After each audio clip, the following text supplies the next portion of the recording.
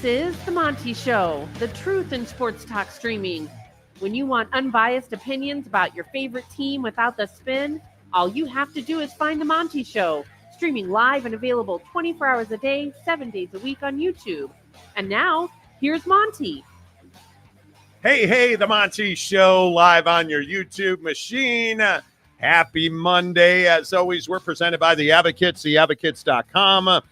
The best injury attorneys in the business because, guys, they've seen it. They've done it. They've dealt with it. The Advocates know what you're going through, and they know how to get you back into the best shape. They're going to help you for your medical bills. They're going to make sure that your insurance company pays you what you deserve. That's why you deserve an advocate. Theadvocates.com. Chat with an attorney live online today. Happy Monday. Big announcement coming up on the show in 2 hours at 4 o'clock Pacific, 7 o'clock Eastern time. We'll have a big update for you. Hey, shout out to all of our West Virginia listeners. I know we have a lot of folks in West Virginia. Prize Picks is now live in the great state of West Virginia. They have upped your payout on Demons to 100 times. 100 times winning. Let's go, baby. On the Demons. It's going to be amazing. Download the Prize Picks app, which I hope you did this weekend. Because who's your boy? Huh? Who told you? Yeah. One had a huge weekend until LeBron. I doubled down on LeBron and he missed by a point. Thanks, LeBron. But other than that, huge weekend in the NFL. Obviously, our Michigan fan base, you guys probably go ahead and click the show off right now. You know, I mean, it's going to be tough. Yeah, it's going to be a tough show for, the Wasikowskis and the Michigan contingent today.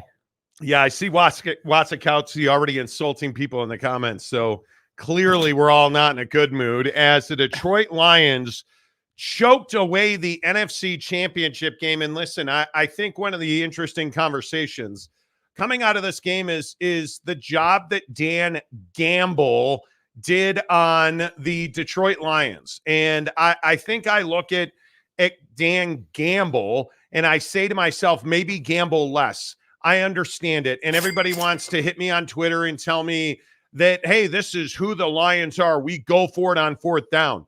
You don't always do the same thing all the time. If you did, you get the exact same result. And guess what? You didn't. You went for it on 4th and 3 all year long. I get that. This was not the time to go for it on 4th and 3. It absolutely was not the time, especially at the end of the first half when you had a chance to be up 3 scores and put that game away and you chose not to do it. And then in that second half moment where you absolutely had a meltdown in protection, Jared Goff is outside the pocket, makes a horrendous throw. It was the wrong time. I understand that it's a 48-yard field goal. It should be a field goal that you can rely on. And listen, if you have a kicker that you don't believe can make that kick, you've got the wrong kicker, which is Dan Campbell's fault in the first place. The bottom line is you dominated the San Francisco 49ers to the point where I did not believe that this was even going to be an entertaining second half. And then you come out of the locker room and gambling Dan Campbell is going for it on fourth down and simply chooses not to run the football anymore. And the hardest thing for Lion fans to comprehend is you needed a football coach, not a motivational speaker in the second half. And Jake, I think that's why the San Francisco 49ers are going to the Super Bowl. Absolutely. And I think it's one of the silliest arguments that people are making today, that it's like, hey, that's what we did all year. Well, what you did all year doesn't mean that's what you should do in the NFC Championship game on the road when you have control of the game. And that's the thing that surprised me the most. It wasn't the lack of protection in that second half situation. It wasn't that Jared Goff made a bad throw, rolling to his right. It was that you thought it was a good idea to continue to go for it in a crucial situation, right? Like at some point, you got to say to yourself, okay, we're going to take the points here. We're going to elongate the game. We're going to keep ourselves in this game. We're essentially going to count on the fact that, the 49ers, regardless of what we do, are going to go down the field and score, right? We have to assume that. So take the points, Dan. Take the damn points and keep it a one-possession game and give Jared Goff the opportunity to go down the field to win the game at that point. Like, That's what's wild to me. So, you know, if you're a Lions fan today sitting here trying to defend this, just stop. Just say, hey, you know what? The better team won yesterday, because the thing you can't get away from is your protection did get beat. That run defense was stout in the second half. The 49ers showed the hell up in the second half. And yeah, it is a choke job out of the Lions. You should have won that game handily. You should have. And Gardner Johnson on the sideline waving to the fans probably didn't help your chances in the second half. So to me, I just look at it and I say, you know what? This Lions team had a great year, and Dan Campbell, for getting to the NFC Championship game, deserves a lot of respect, but he also deserves a ton of criticism for the way you managed fourth down and also just the way you managed the game, because I do feel like you went away from the run in the second half, and that hurt you a lot. That allowed the 49ers to turn you into a one-dimensional offense, which is why you struggled. That's why you struggled. So to me, look, it's a great season, but a lot of mistakes made yesterday. Yeah, I think the most egregious one is the 46-yard field goal on 4th and 2 was an absolute no-brainer. You could have been up 27-10. That, for all intent and purposes, ends the game. Instead, you don't get the conversion, and the 49ers march right down the field, and they score a touchdown, and now all of a sudden it's 24-17, and you know where this is going. Right. And I think the other one, the 48-yard field goal I mentioned a minute ago, that's a no-brainer. You're down 27-24. You have to force the 49ers to score again. Yeah. Have to. But instead, you allowed them to play in their entire playbook because they had a 3-point lead. Instead of being in a tie game, which changes the mentality, changes the complexion of that game, you allow them to run their entire repertoire of plays, and they did, right down your throat. And the hardest part is that I think Lion fans don't understand that two things can be possible at the same time. Dan Campbell has been, and I think arguably still is, one of the best stories in the NFL. And he absolutely killed you yesterday. You should have won the NFC Championship. You should be going to Las Vegas to play in the Super Bowl. You're not, because Dan Campbell was in over his head, and he got horrifically out-coached by Shanahan and crew yesterday in Santa Clara, and I just don't know that there's any way to get away from it. Yeah, and I think that, you know, I look at this game, and you always knew that the second half had a chance to be, you know, really special for the 49ers and really not so special for the Lions. Like, I'm watching this game and I'm like, okay, this is one of those defining moments for this 49ers team. Like, you're either you're gonna go to the locker room, you're gonna watch the tape and make some adjustments, and you're gonna come out and dominate this Lions team, or you're just gonna roll over. And I had a hard time believing they were gonna roll over at home. And so to me, if I'm the Lions, knowing you're on the road, like, it shouldn't be a situation where you completely change what you were doing. Yeah. Like, I felt like they came out in the second half and it just looked like a different team, like a pass heavy kind of just not committed to the run. Like, I don't know, like, if the offensive line for the Detroit Lions gassed themselves in that first half, but that offensive line got dominated in the second half. And I don't really know how something like that happens other than the 49ers just decided to play harder than you. Like, I thought, truth be told, I thought Brock Purdy far outplayed Jared Goff in the second half. I thought Brock Purdy, as soon as the Ayuk touchdown happened, you could see he got his swagger back. And really, it wasn't a touchdown, excuse me. The Ayuk off the face mask pass interference. Right. Yeah. Right. As soon as that moment happened, you could see that Brock Purdy got his swagger back. And I think then you start seeing Brock pull the ball down and run, getting multiple first downs. You see him just delivering that football to Juszczyk on the sideline, where your fullback has his toes in the green on the sideline. It was an incredible play. I just felt like the 49ers came out awake, aware, and ready to perform, and the Detroit Lions came out tight and nervous, and the moment was just too big for them. Yeah. And I think a lot of that was on Dan Campbell. I don't know. And I do want to get to the AFC game, but I really want to get to the comment sections on Dan Campbell, because I want to know what you guys think. Did Dan Campbell cost the Detroit Lions a trip to the Super Bowl? I wholeheartedly say that he did. Yeah, I just don't know how you say he didn't. Like you look at the calls and it's like, dude, like I understand like this balance. This has been a thing in the league, for the last like 2-3 seasons of like, hey, when do we go for it? Like, and again, we'll get to the AFC game, but we saw it in the AFC game as well, right? Like, when do you go for it on 4th down and when do you take the points? And again, it's one of these situations where the Detroit Lions have a very simple but reliable formula for success. And going for it on the road, on 4th down, around the 40-yard line is not necessarily a smart move. And It's perplexing. I don't understand as like, even for Dan Campbell, like, and I agree with what your take is, right? Like, hey, you needed a football coach, not a motivational speaker, but I have a tough time sitting here saying that, damn, Dan, like you didn't recognize that, hey, we could really use those 3 points because that insulates us if they go down and just score. tie the game. Right? Like just tie the game, dude. It's not that hard. That's the one. It's the one where he chose to go for it down 3 that's inexcusable. And by the way, if your kicker misses it, then it just is what it is. That's on the GM, not the head coach. Make good decisions.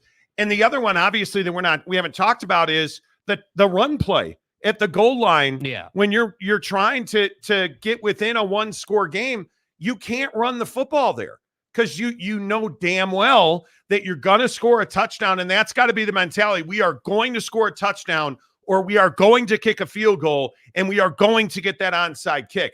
But if we don't, we have all 3 of our timeouts to burn them out. And what happened to the San Francisco 49ers? They had 1 second to spare. Had you had your timeouts, had you thrown the ball out of the back of the end zone or kick the field goal, I would have kicked the field goal inside the 10.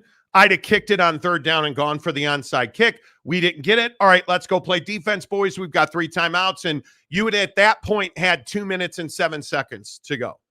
That's more than enough time to get a defensive stop and make the 49ers get a 1st down. Yeah. But he didn't do that. And I think Dan is obviously, again, I don't dislike Dan Campbell, but again, they needed a football coach, not a motivational speaker. And more to the point, they needed an offensive football coach. And it makes me question Ben Johnson a little bit as well, but they needed an offensive football coach leading that football team. And I go back again.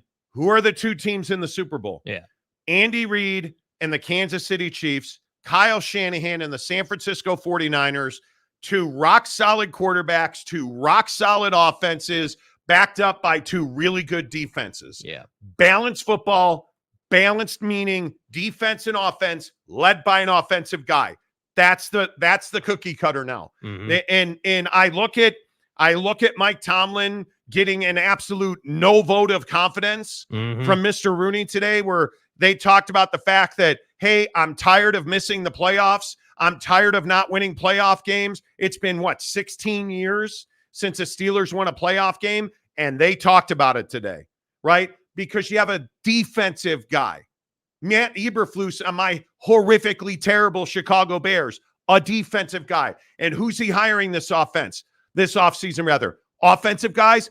Sort of, but a ton of his Buffalo buddies are coming over and other defensive guys to bolster the defensive side of the football, right? Like, I can go on for days about this. Mike McCarthy made the Dallas Cowboys offense better, but now I think you've got to add more play calls. Like, all the disappointment. I look at what's going on in Green Bay. Jordan Love didn't accidentally make the playoffs. He's got a really good offensive mind and a really good development and skill building happening in Green Bay, and he's a better quarterback. Look at the Cleveland Browns. Oh, I don't know. You put a guy who can actually operate as a quarterback in Joe Flacco with a guy that can actually call plays on offense, and all of a sudden they're in the playoffs, right? Now, I look at the other situation. Look what's going on in Baltimore. What happened in Baltimore? You don't have a franchise quarterback, and you don't have an offensive head coach. Sorry. That's the reality of it. So let's get your thoughts on Dan Campbell here on the Monty Show. Let's see. Who's the first? Should we go all the way back to the top today? Big Blue Horses. The cream rises to the top. See 49ers and Chiefs. Execution. Yeah, and Dan did feel over his head with clock management and situational awareness. There's just no way to get around that. And again, Yeah. hey, I'm happy if you're a Lions fan. Like, I'm happy to agree with you. Hey, it's our first time back. Like, we messed this up, but really happy with how far we got. If that's what you're saying, I'm good with that. But there's no way around it. You should be in the Super Bowl. There's just no way around it. I cannot get down with that. It is something where you should be in the you should be in the Super Bowl. You should be representing the NFC in the Super Bowl. And you're not. And it's not because you got outplayed, you got outcoached. It's because you have a guy in Dan Campbell, motivational speaker. And Dan's a good dude. Like, you look at this, you guys, you look at this speech after the game. And this is a guy that's broken and on the verge of tears. I just felt really good about us converting and getting our momentum and not letting them play long ball. They were bleeding the clock out. That's what they do. And I wanted to get the upper hand back, and it's easy hindsight, and I get it, I get that. But I don't regret those decisions, and that's hard. It's hard because, we didn't come through. It wasn't able to work out, but I don't. And I understand the scrutiny I'll get. That's part of the gig, man. But, we just didn't work out. I mean, you feel for the guy. It's absolutely devastating. And when he was talking about, will we ever get back here again? Dan, you won't. You won't. Not with this group of guys. Your coaching staff's about to get torn apart. Your players are about to get signed away. And I again, just go back and why didn't you throw the ball to Penny Sewell? Why didn't you throw it to Penny Sewell? Wide open in the flat as a tight end. There's just these little decisions that inexperience absolutely crippled you on. And I look at Kyle Shanahan, perfect. Look at the end of the game. Man, recover the onside kick. It would have been illegal touching, as we found out. Right. Recover the onside kick. And why'd you recover the onside kick? Arguably your best set of hands on the football team. George Kittle was waiting for the football to come down. And he made the play. And then what did you do? You didn't just take 4 knees, right? No, you took 2 runs and another run. And then on 4th down, you let the clock run out, and then you knelt down and you won the game and you went to the Super Bowl with 1 second to spare. That's called clock management. And it's because you have a really experienced staff over there. You have a really good defensive coordinator in Steve Wilks. You have a really good offensive mind in Kyle Shanahan. You have excellent wide receiver coaching. I don't know if you guys saw the Dan Orlovsky breakdown today on ESPN. I think it was Brian Baldinger on Twitter, breaking down the blocking of the wide receivers, breaking down George Kittle pancaking Aiden Hutchinson 3 times. He pancaked him 3 times because they're well coached. They were prepared for the moment. And now the biggest question is, can you get back?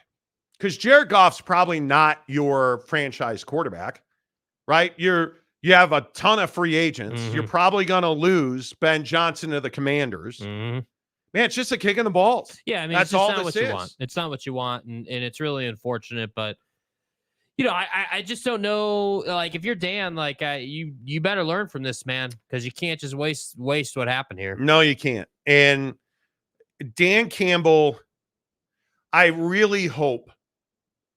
One, I think Ben Johnson should get the Commander's job. It's the right hire. When he gets that job, go hire the best offensive mind available and stay out of the offensive playrooms. Stay out of there, dude. Let your coordinators coordinate. Stay out of the way, because you learn, in my opinion, through situations like this. Dan Campbell will learn when to kick the field goal and when to go for it. But I think, and it really depends, and we'll see it on NFL Network, and How involved was Dan Campbell in some of the theory of offense in the second half? I'm a little surprised they didn't run the ball. And I know this has been an aggressive offense the whole year. That's not an excuse. No, it's not. Because it was a stupid offense in the second half. Unintelligent, bad football in the second half. No way to get around it. Dakota Tubbs says, how about the Chiefs? Brandon Butler gifts 5 Monty Show memberships. Aaron Wilson, a member of the show for 10 months. Howdy from Lubbock, Texas. Pew, pew. Wreck 'em, boy. Big 12 schedule comes out this week. Gifted 1 Monty Show membership he did. Appreciate you. Jeff Woodworth. Dan Campbell doesn't believe kickers belong in a football game. Well, I mean, listen, I don't even tend to disagree with that. But I also look at Jake Moody. Jake Moody missed a huge field goal early in this game. Yes, he did. And then he made 2 big ones. And it's just that calm. It doesn't matter if Badgley is a 50-yard kicker or not. I just needed him to be a 46 and a 48-yard kicker. I don't regret those decisions. And if he misses, you made the right decision. That's all a head coach can do, right? Make the right play call in the right moment. And if they exit, hey, if you catch that football on 4th and 2, hey, we're in really good shape, right? But again, what sucks is you had a situation where Josh Reynolds didn't catch the ball. Mm-hmm. And you know what my answer to that is? Why didn't you target Jameson Williams more? Because the 2 touchdowns he had were cake. The fact that he had 2 catches and 3 targets. Again, I'm just curious about the play calling. And I agree that Laporta and Amon-Ra St. Brown should get the majority of the work. Jameson Williams is a hell of a wide receiver. Yes, he is. And I have no idea, because watching him run down the field, he's healthy enough to play. You gave him 3 targets and 4 went to Josh Reynolds, who dropped 2 of them. Well, especially against that defense, right? I mean, it's always the secondary guys that are going to beat a good defense. So. Yeah. It's wild to me. Let's see. Drew Dozer. What's up, Drew? Wasikowski and Robert, who would win in a fight? Are you guys really going back and forth? Stop. Conundrum. Dan Chowderhead Campbell. Chowder. I like the Dan Gamble reference. Yeah, Dan Gamble's awesome. Dan Gamble's a good one. Christopher Shannon, 24-10, and you go for it on 4th instead of 3 points. It's wild. Got to get to 3 scores. You got to make that a 17-point game. It just has to happen. That ends the game.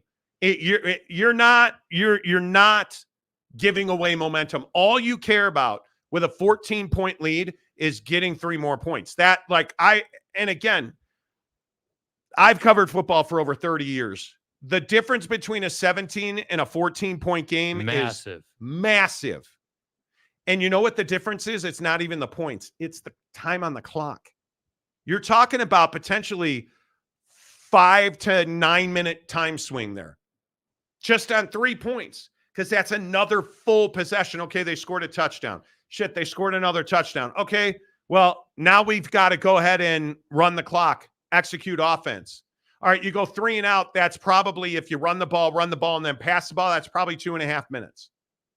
And then you're going to punt it, and they're still going to have to come all the way down. Another play. How on that punt are your feet in the end zone? How? I don't know. How on that? How on the fumble by Gibbs? Jake and I are texting back and forth while watching the game. Dude, it is January, and your running back, who's been your running back all season, went the wrong way. Yeah. Went the wrong way. Gave the defense an absolute advantage, wound up fumbling. A huge moment in the game. Yep. Moment was too big for the Lions. That just is what it is, man. You know, newsflash, you're on the road. Yes. Seriously. Yes. Jack says, I wouldn't bet against the pent-up rage of Lions fans. Yeah, I probably wouldn't. Well, Eric, why are you coming in here like crawling in people's asses, man? Like, just relax. Talk about football, man. Don't talk about other people.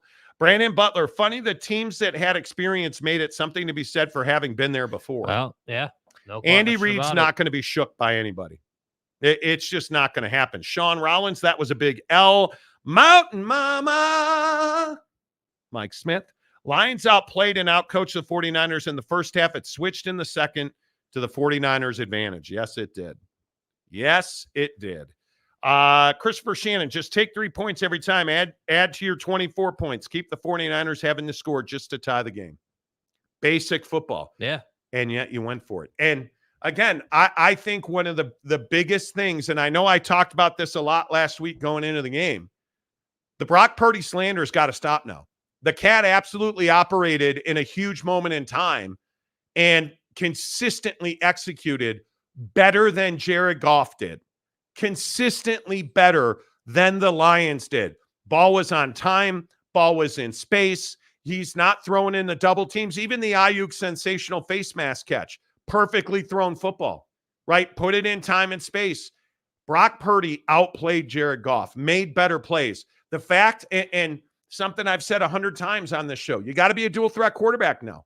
You got to be a dual threat quarterback. If you cannot run in this league, Jared Goff, you are playing at a disadvantage, because every time Brock Purdy had 2 seconds in the pocket, the middle of the field opened up, the seas parted, and he took off running, and it was crippling to the Detroit Lions defense. I think the slander of Brock Purdy, Jake, has to come to an end. Yeah, absolutely. I think that, Brock had a hell of a game. And I think that, the dual threat portion is huge for his game. Again, and we'll get to the AFC, but I think running quarterbacks in this league, you have to be able to do that. You have to be able to go out and get those 7 yards that your wide receivers can't get you from time to time. And I think that's the kind of the crazy part about that fourth down for the Lions, where Goff is rolling out right. Like, I'm not saying that he could have gone and, got that first down, but a faster quarterback might have been able to make something of that. If,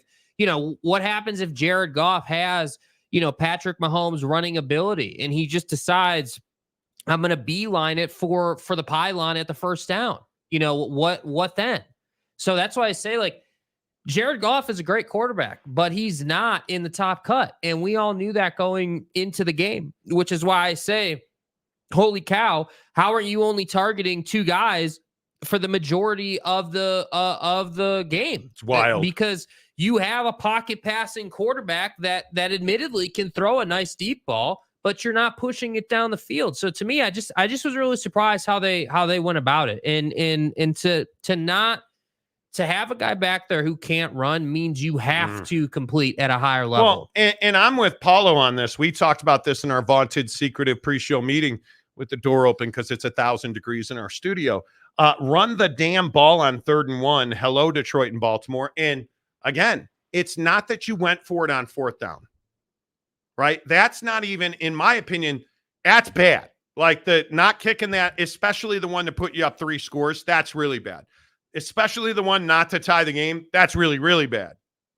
But some of the 3rd down play calling, some of the where you're 3rd and 1, and you don't, I think it was 3rd and 1, 3rd and 2, you don't run the ball. Well, you're in the lead, you're throwing and stopping the clock in one situation. Like, what are you doing? Like, and the other thing is, you are throwing the ball and your guys are going out of bounds. Right? At least go out of bounds losing yards so that so that the clock keeps running. It's remarkable to me the amount of mistakes that they made in the 3rd quarter that set up that unbelievable 4th quarter. And it just, Paulo, I agree with you 100%. The 3rd down play calls awful were just inexplicable. I can't even. Dakota Tubbs, if Purdy wants respect, outplay Pat on the biggest stage. No, he's earned his respect. Whatever happens in the Super Bowl, that does not stipulate whether Brock Purdy is a legitimate quarterback that is championship material. Because he yesterday, again, and I don't even understand why there's all the critics of Brock Purdy. Yeah. I'm tired of hearing about Mr. Irrelevant. He is one of the single biggest misses in the history of the NFL draft at this point.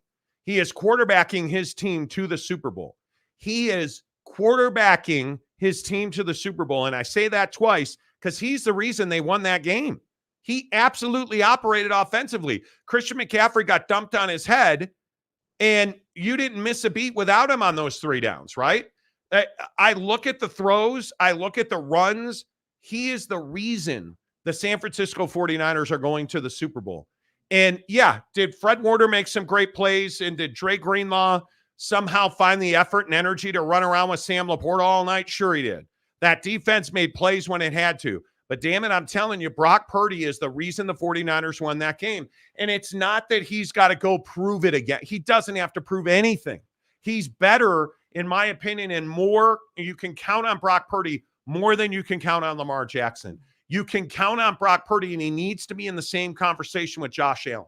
He is, in my opinion, a better operator, making better decisions than Josh Allen made in Buffalo in the playoffs this year. Yeah, absolutely. And I think he's a more capable thrower than Lamar is. And I think, again, we saw the total package from Brock where hey, okay, if my down the field options aren't available, I can go out and get 10 yards for my team in any given situation. And so again, it's great that these guys can run all over the field, but I want the guy who runs for effect. I want the guy that, can really shred a defense from the pocket. And then when the defense steps up and makes a play, he can break your back by running down the field. That is the mold for a Super Bowl winning quarterback in the NFL.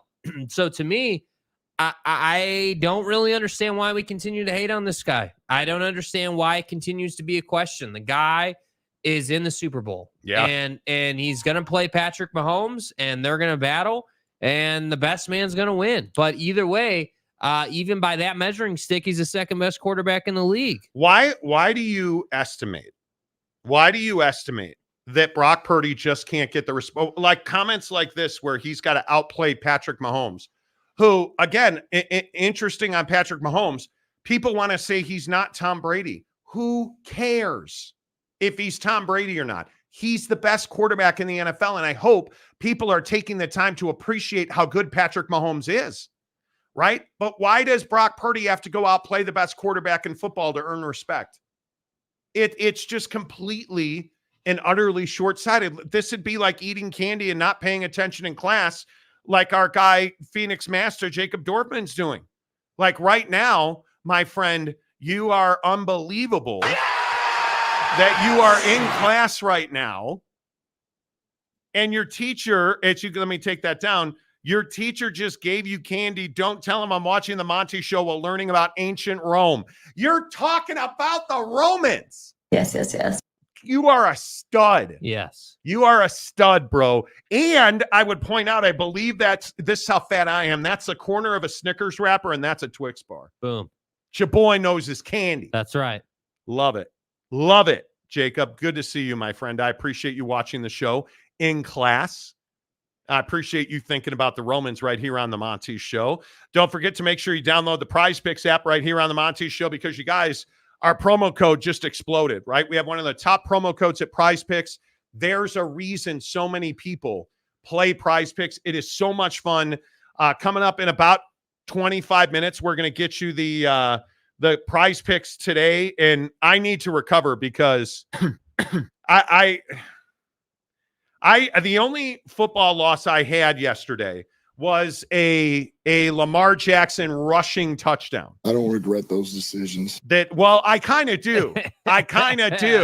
Gambler. I really do. Yeah. But Christian McCaffrey for the half yard, I got the promo on that one. Boom. Isaiah Pacheco scoring the touchdown at a higher level, I got the promo on that one. That's what they do. Bet $40. Yeah. You damn right. Ya boy won $67.50 on Prize Let's go, Picks. baby. Right. And then I had Jordan Poole and Colin Sexton less than 40 the other night. But Anthony Davis didn't come through. I think it was Saturday night, one of those nights. I was down in the GZ golfing, had LeBron, missed it by a point. Damn. Missed it by a point. But crushed it. Absolutely crushed it on the Chiefs. Absolutely crushed it on the Niners. To a much lesser extent. Mm-hmm. On Jared Goff. Yeah. And I love my guy Goff. Love him. But I had him for 272.5. And what did he have yesterday? 273 yards. Cha-ching! Boom. Boom. I was nervous, to say the least. Clutch, bro. My friends. Prize Picks is amazing. NFL is coming into the downswing, but you got to get it for Super Bowl. There's already a Super Bowl. There's already a Super Bowl. It's Patty for half a yard. Patty for half a yard. Yeah, throwing for half a yard. Promo. Yeah, it's already a Super Bowl promotion. Yeah. In the Super Bowl, here are my Prize Picks. I've got Patrick Mahomes half a passing yard. I've got Isaiah Pacheco for an anytime touchdown. And I've got George Kittle more than 50 yards receiving. There you go. I feel really good. That is a $50 threesome, if you will, to win $112.50. Okay. So we in it. Wait till you hear my NBA picks for tonight, because I made a mistake, but we're hoping for it to come through. So download the Prize Picks app. Use the promo code Monty to get 100% deposit matching. And again, everybody in West Virginia, let me update you. Prize Picks made a major announcement today that they are now live in Tennessee and West Virginia with new game modes. Prize Picks Pick'em Arena will always have projections available in the next 20 hours. It's really, it's unbelievable. And they absolutely have Super Bowl free squares with Patrick Mahomes at half a passing yard. It's a win, you guys. Go get it. It's a win. Go get it. Download the app. Use the promo code Monty to get 100% deposit matching, which means if you deposit $10, they're going to give you 10 more. If you deposit 100, they'll give you 100 more at prizepicks.com. All right, let's run downhill through your comments here. Replica. Most non-offensive coaches are mediocre on game day. Ooh. Preach. Yeah. Preach. Yeah. John H. in-game management was appalling. No protection plan for KC's blitz package, 8 run attempts. And am I the only one? And we can absolutely, that's throwing Kansas City and Baltimore.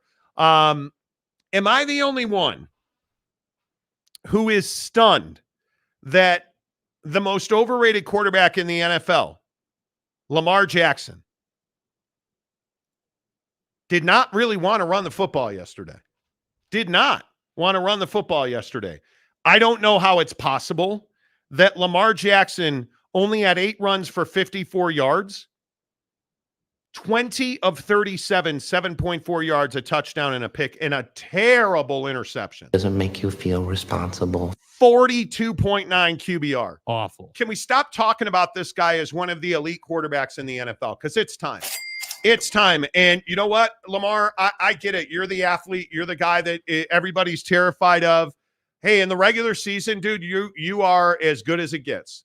But when it comes to teams that are scheming against you in big situations, you just can't live up to it. And the idea that this guy just got paid a massive contract, he's going to win the NFL MVP, he is what we always thought he was, a guy who can't deliver in the biggest moments. And why is that? Because passing the football in the NFL for Lamar Jackson is not easy and it's not natural. It is something where he has to think before he lets the ball go every single time. Whereas guys like Purdy and Mahomes don't even look where they're throwing the ball, and it's right on the numbers, right? And I look at a guy like Jared Goff. What did Jared Goff say this week? Hey, I have to concentrate if I want to throw a tight spiral. You can see it. Lamar Jackson is not that guy. Lamar Jackson can't read a defense and say, okay, boom, ball's coming out in 2 seconds. What did I tell you on the show Friday? Nobody in this league holds the football as long as Lamar Jackson, with the exception of Justin Fields in Chicago. And that is not something to be proud of. Lamar Jackson averages 2.7 seconds per snap when he's passing in the pocket. That strip sack yesterday, 100% on Lamar Jackson. Terrible ball protection, terrible ball awareness, terrible awareness of what was going on around him. Stop putting Lamar Jackson in the group of quarterbacks that are elite in this league, because he simply is not.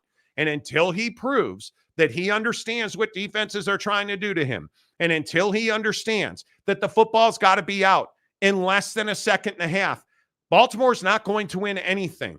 And I agree wholeheartedly. Congratulations on that awesome defense, and their defense is awesome. But from here to four, until Lamar Jackson either is not there or develops significantly in his mental side of the quarterback game, the Baltimore Ravens are nothing more than a regular season championship, in my opinion, Jake. Yeah, absolutely. And I think that, the Baltimore Ravens are a team that are going to continue to underachieve until they find the recipe for success with Lamar. And I think that hesitancy to run yesterday is really quite astonishing, surprising, even disappointing on some level, because that's his bread and butter. Your bread and butter as a quarterback is, hey, I've improved as a passer, but I'm prolific as a runner. So what was Kansas City doing? Kansas City was mixing up the looks, right? They were giving him some man. They were giving him some zone based on the situation. But the thing that really stood out to me about Lamar is he wasn't recognizing the opportunity, which was, hey, when they're playing man, you got to run because their backs are turned. And so then I'm watching this game and I'm like, dude, they're not, as an offensive play caller, you're not understanding that when the Chiefs are in man coverage and you have Lamar Jackson playing quarterback, you need to set up to go down the field, because when the man coverage is in tight coverage, their back is to Lamar. He can run. He can get you those yards. He can break their back. Yet what did we see? Lamar's hesitancy. Hey, I don't want to run. I don't want to run. I'm going to try and be a pocket passer. I'm going to try to, shred this defense from the pocket, instead of just being who he is. Because ultimately, who Lamar Jackson is, it naturally as a quarterback is really difficult to stop. Now, I don't know that it's Super Bowl good. I don't know that it's, hey, you can go out and beat the Chiefs, even 60% of the time as just the natural way that Lamar likes to play the game. But what I do know is he can play a lot better than he played yesterday if he would just run a little more. Because all I saw was the Chiefs sitting back waiting. The Chiefs were like, hey, you're not going to run a lot today? We'll sit back. We'll force you to play in front of us, and we'll inevitably, because you're not a great passer, we will put you in a third and long situation at some point. And that's all that was. That's all that was yesterday.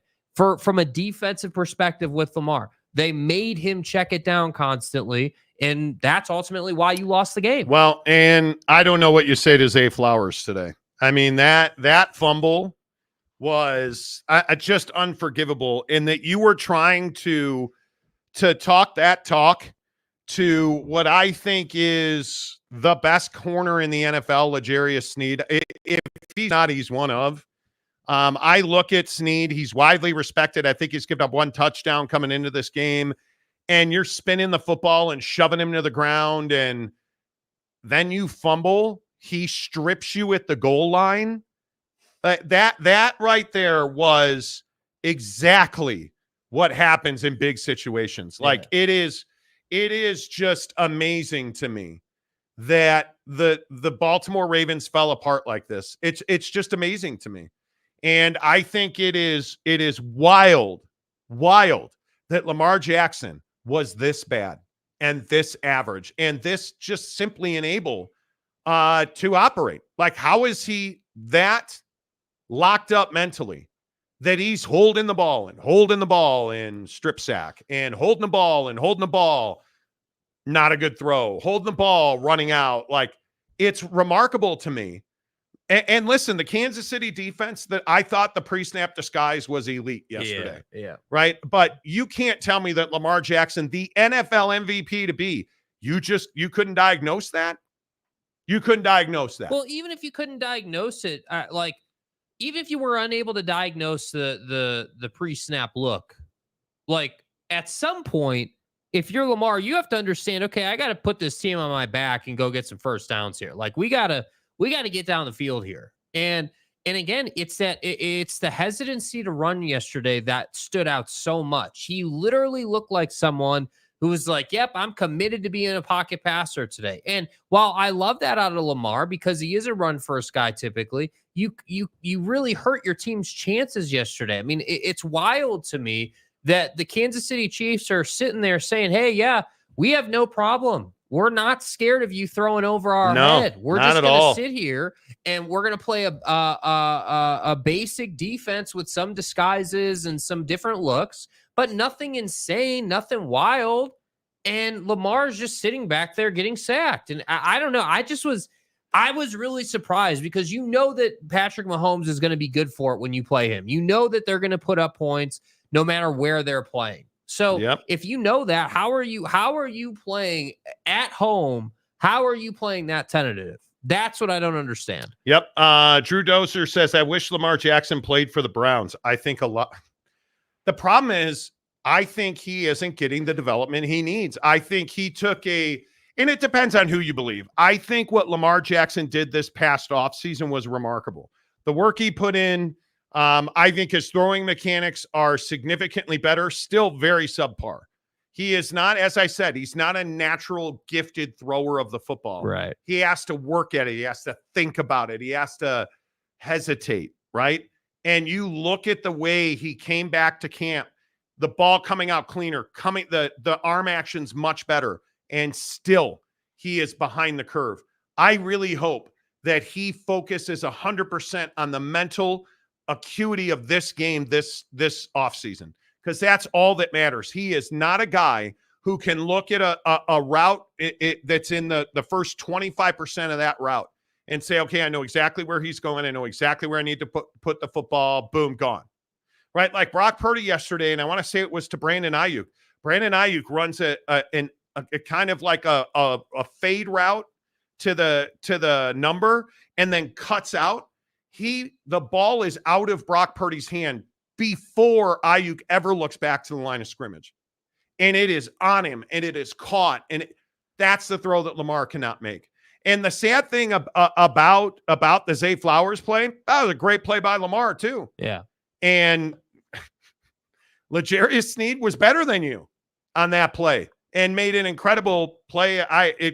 Unbelievable. Phenomenal Hebrew. Monty, where's the criticism of Ben Roethlisberger? You want to compare Lamar Jackson to Ben Roethlisberger? Please don't lower Lamar to that level.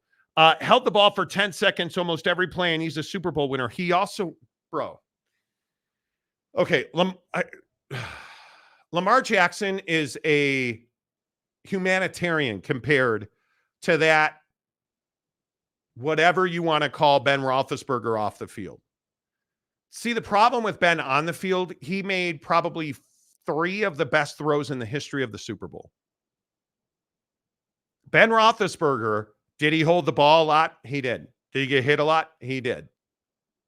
But that dude understood what the defense was trying to do to him.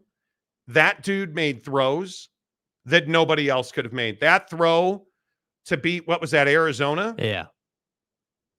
In the corner of the end zone.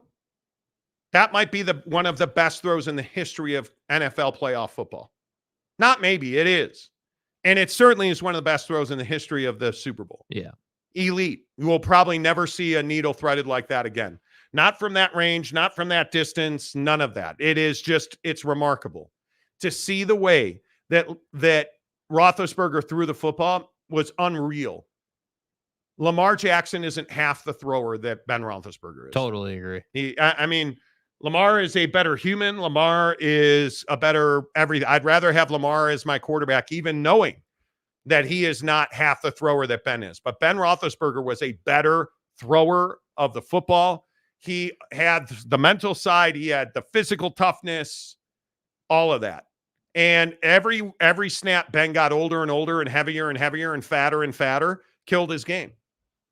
But you never questioned if he understood what the defense was doing. And I think that's the biggest difference between the two. Lamar Jackson, for, all of his, what we'll call it, amateur days, right? Before he was in the league, all of his time in college, high school, all of that. He was just a better athlete than you running around. So he didn't have to learn how to diagnose the defense at a really elite and deep level until he got to the league. Again, like it's a different style of play. Why did Ben know what the defense was doing?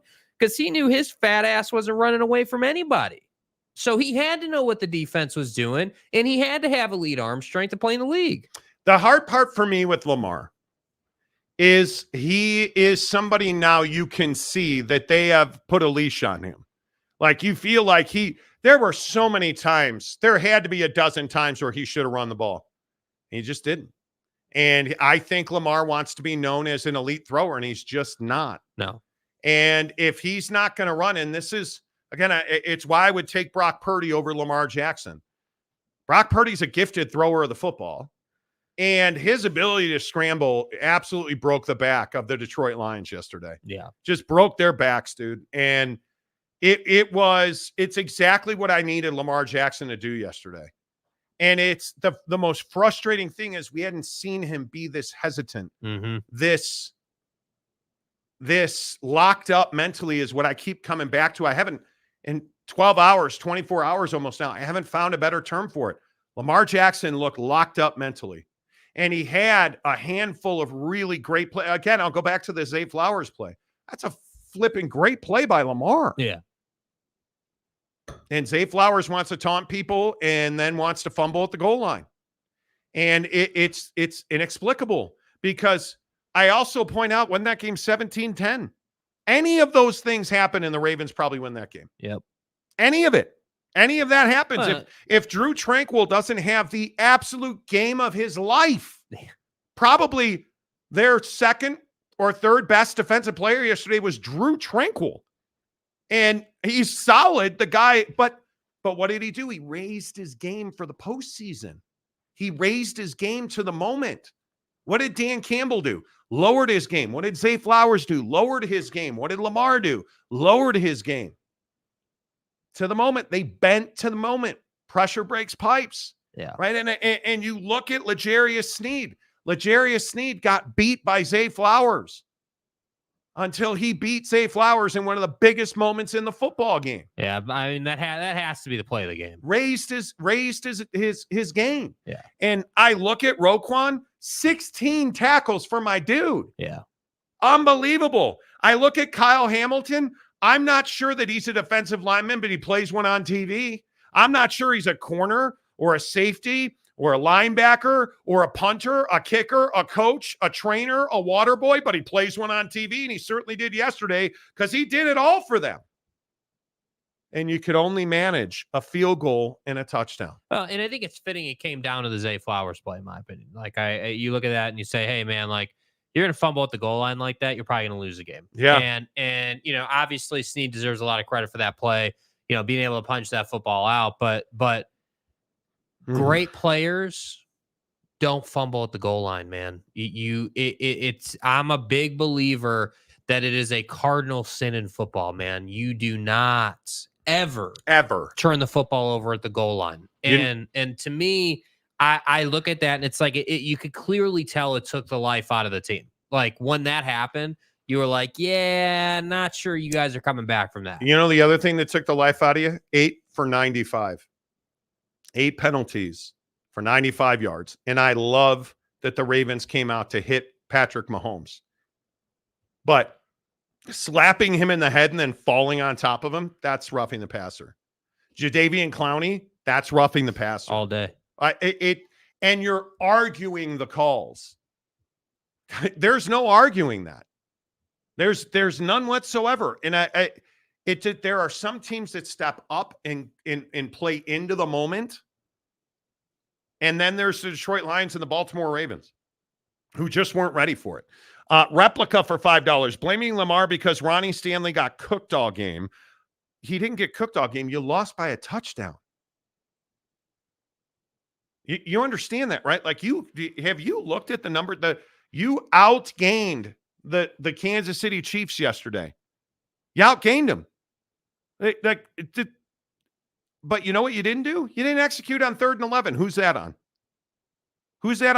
You were on 3rd down, rather. You were 3 of 11 on 3rd down. Is that on Ronnie Stanley? That's not. You didn't lose because of Ronnie Stanley. How many were the 5 first downs that the Chiefs had off of penalties on Ronnie Stanley? You gave the Kansas City Chiefs 5 first downs off of penalties. Oh, bro, are you kidding me? Are you kidding me? Lamar outpassed Patrick Mahomes 255 to 230. Is that on Ronnie Stanley? No, stupidity is why you lost this game, not Ronnie Stanley. Yeah.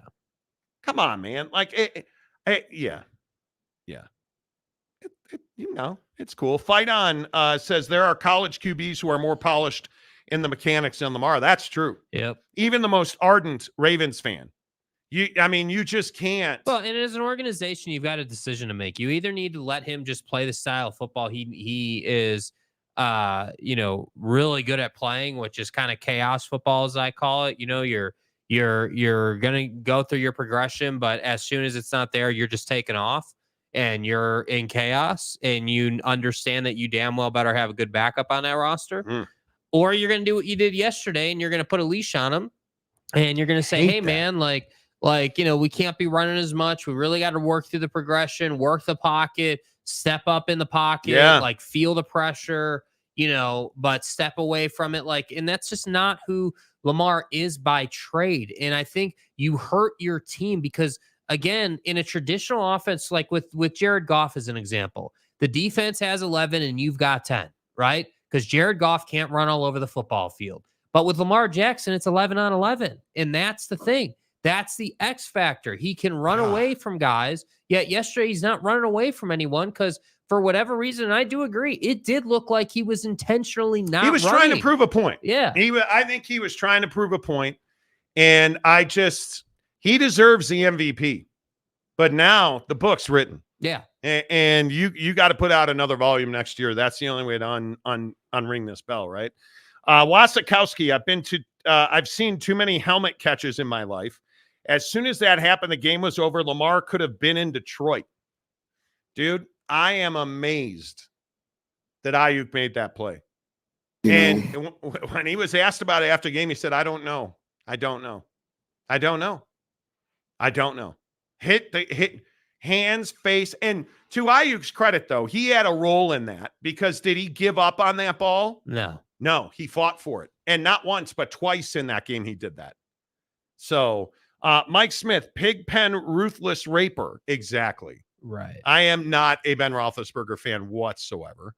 Christopher Shannon, Lamar Jackson is the same draft class as Baker, Josh Allen, Darnold, Rosen, 2018, 6 seasons in now. And I Josh Allen or Lamar Jackson? God, I think you got to take Josh Allen. Yeah. I think you got one play to throw the football to win a game.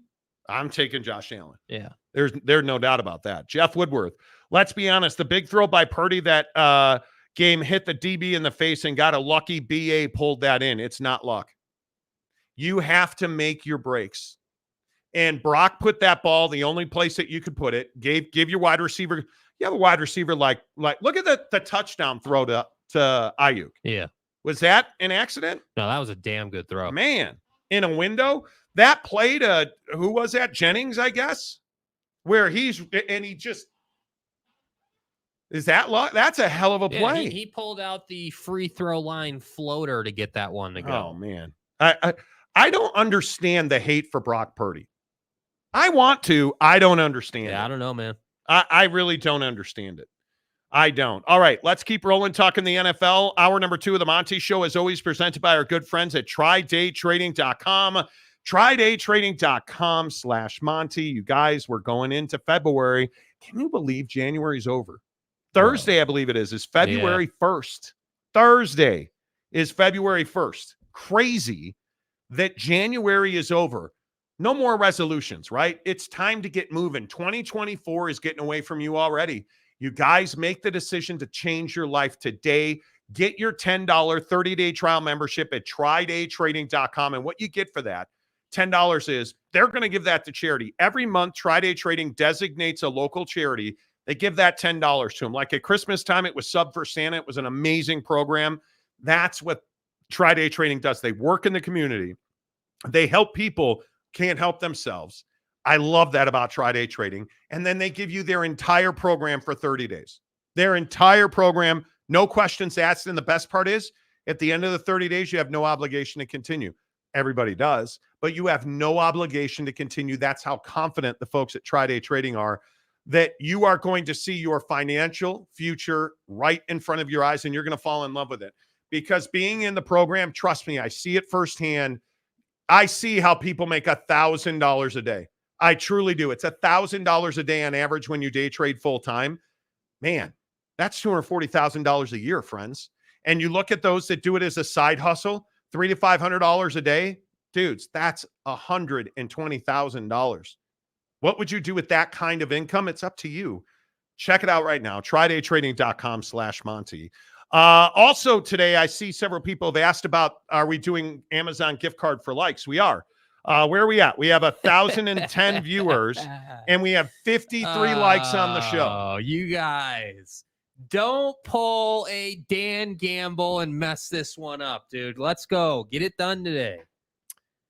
How do you want to do this? We're at 54 likes right now. Okay, and how many people are watching the show right now? 213. Okay, 213 of y'all are watching the show.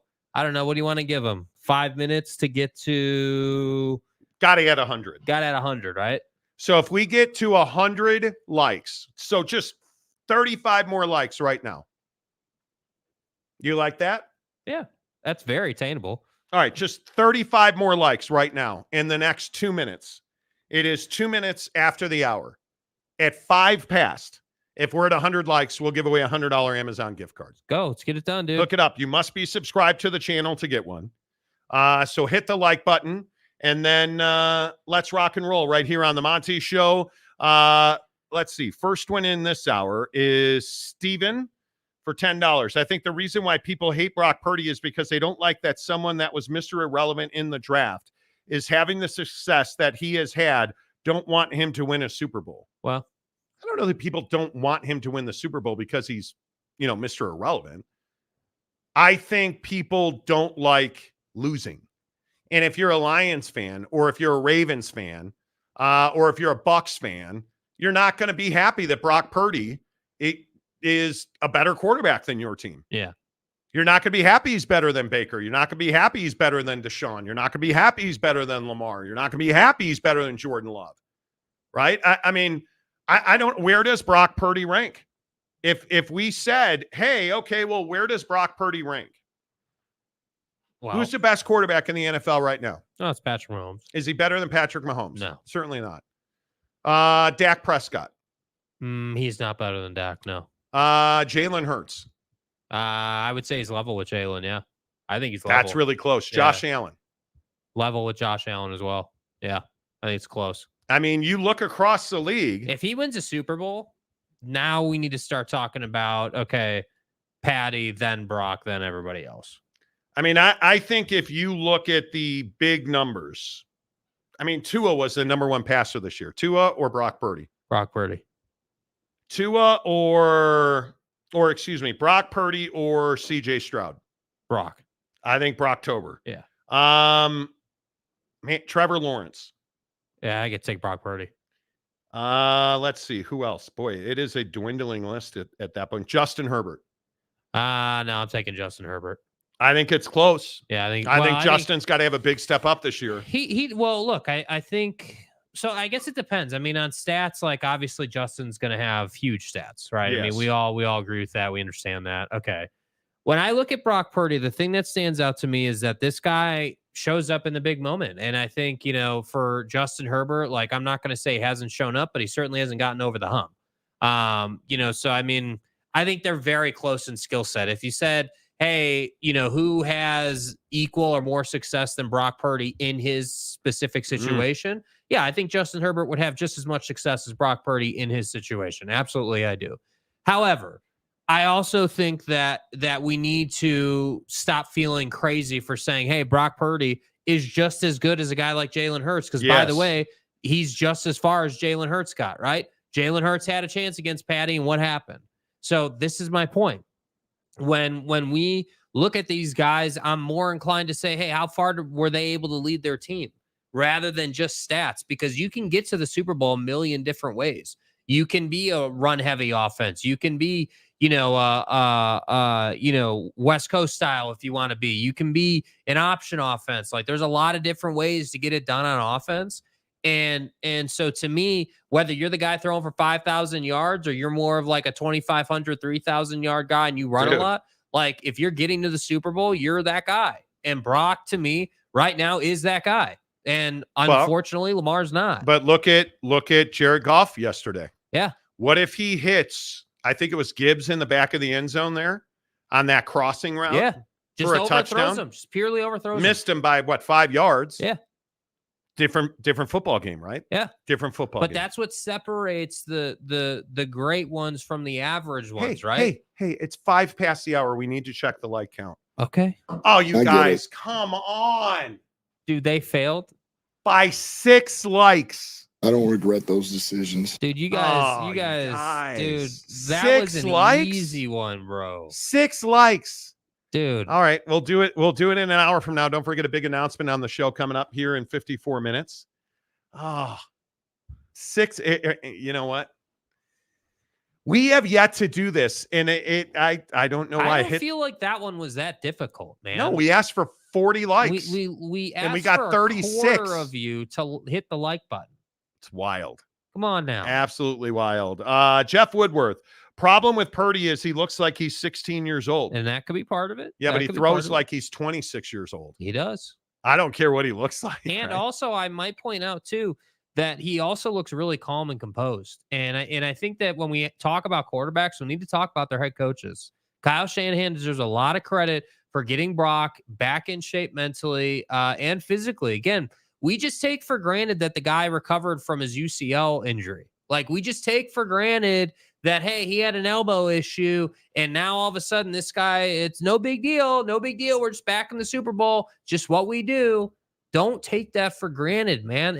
I'm telling you, this team went through a lot this year to get to this point. You guys remember the CMC trade, right? What were they saying when they traded for CMC? Hey, this is a guy that always gets hurt. This is somebody who you can't necessarily rely on. What is this guy going to play? 3 games a year? And what's CMC come out and done, dude? Play pretty much every single game. Yeah. Put out for you, perform for you, and totally change the dynamic of your team. So that's why I say, yes, like Brock Purdy's got a load of talent around him, but so does a lot of other people in the league, and they don't do nearly as much with it.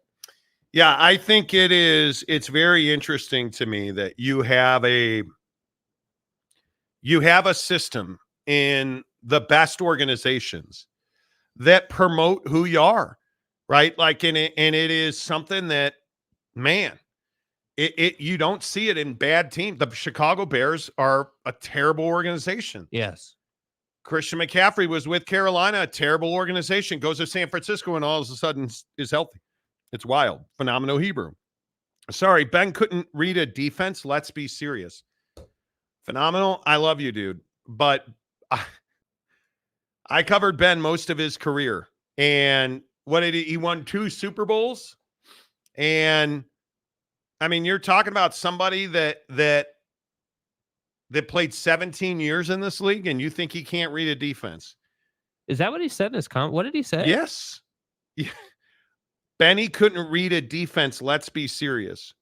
So he won 2 Super Bowls. And again, I would remind you, in 2005, that's one of the best throws in the history of professional football. Yeah, wasn't it Santonio Holmes? To the corner of the end zone, and it's in a pinhole.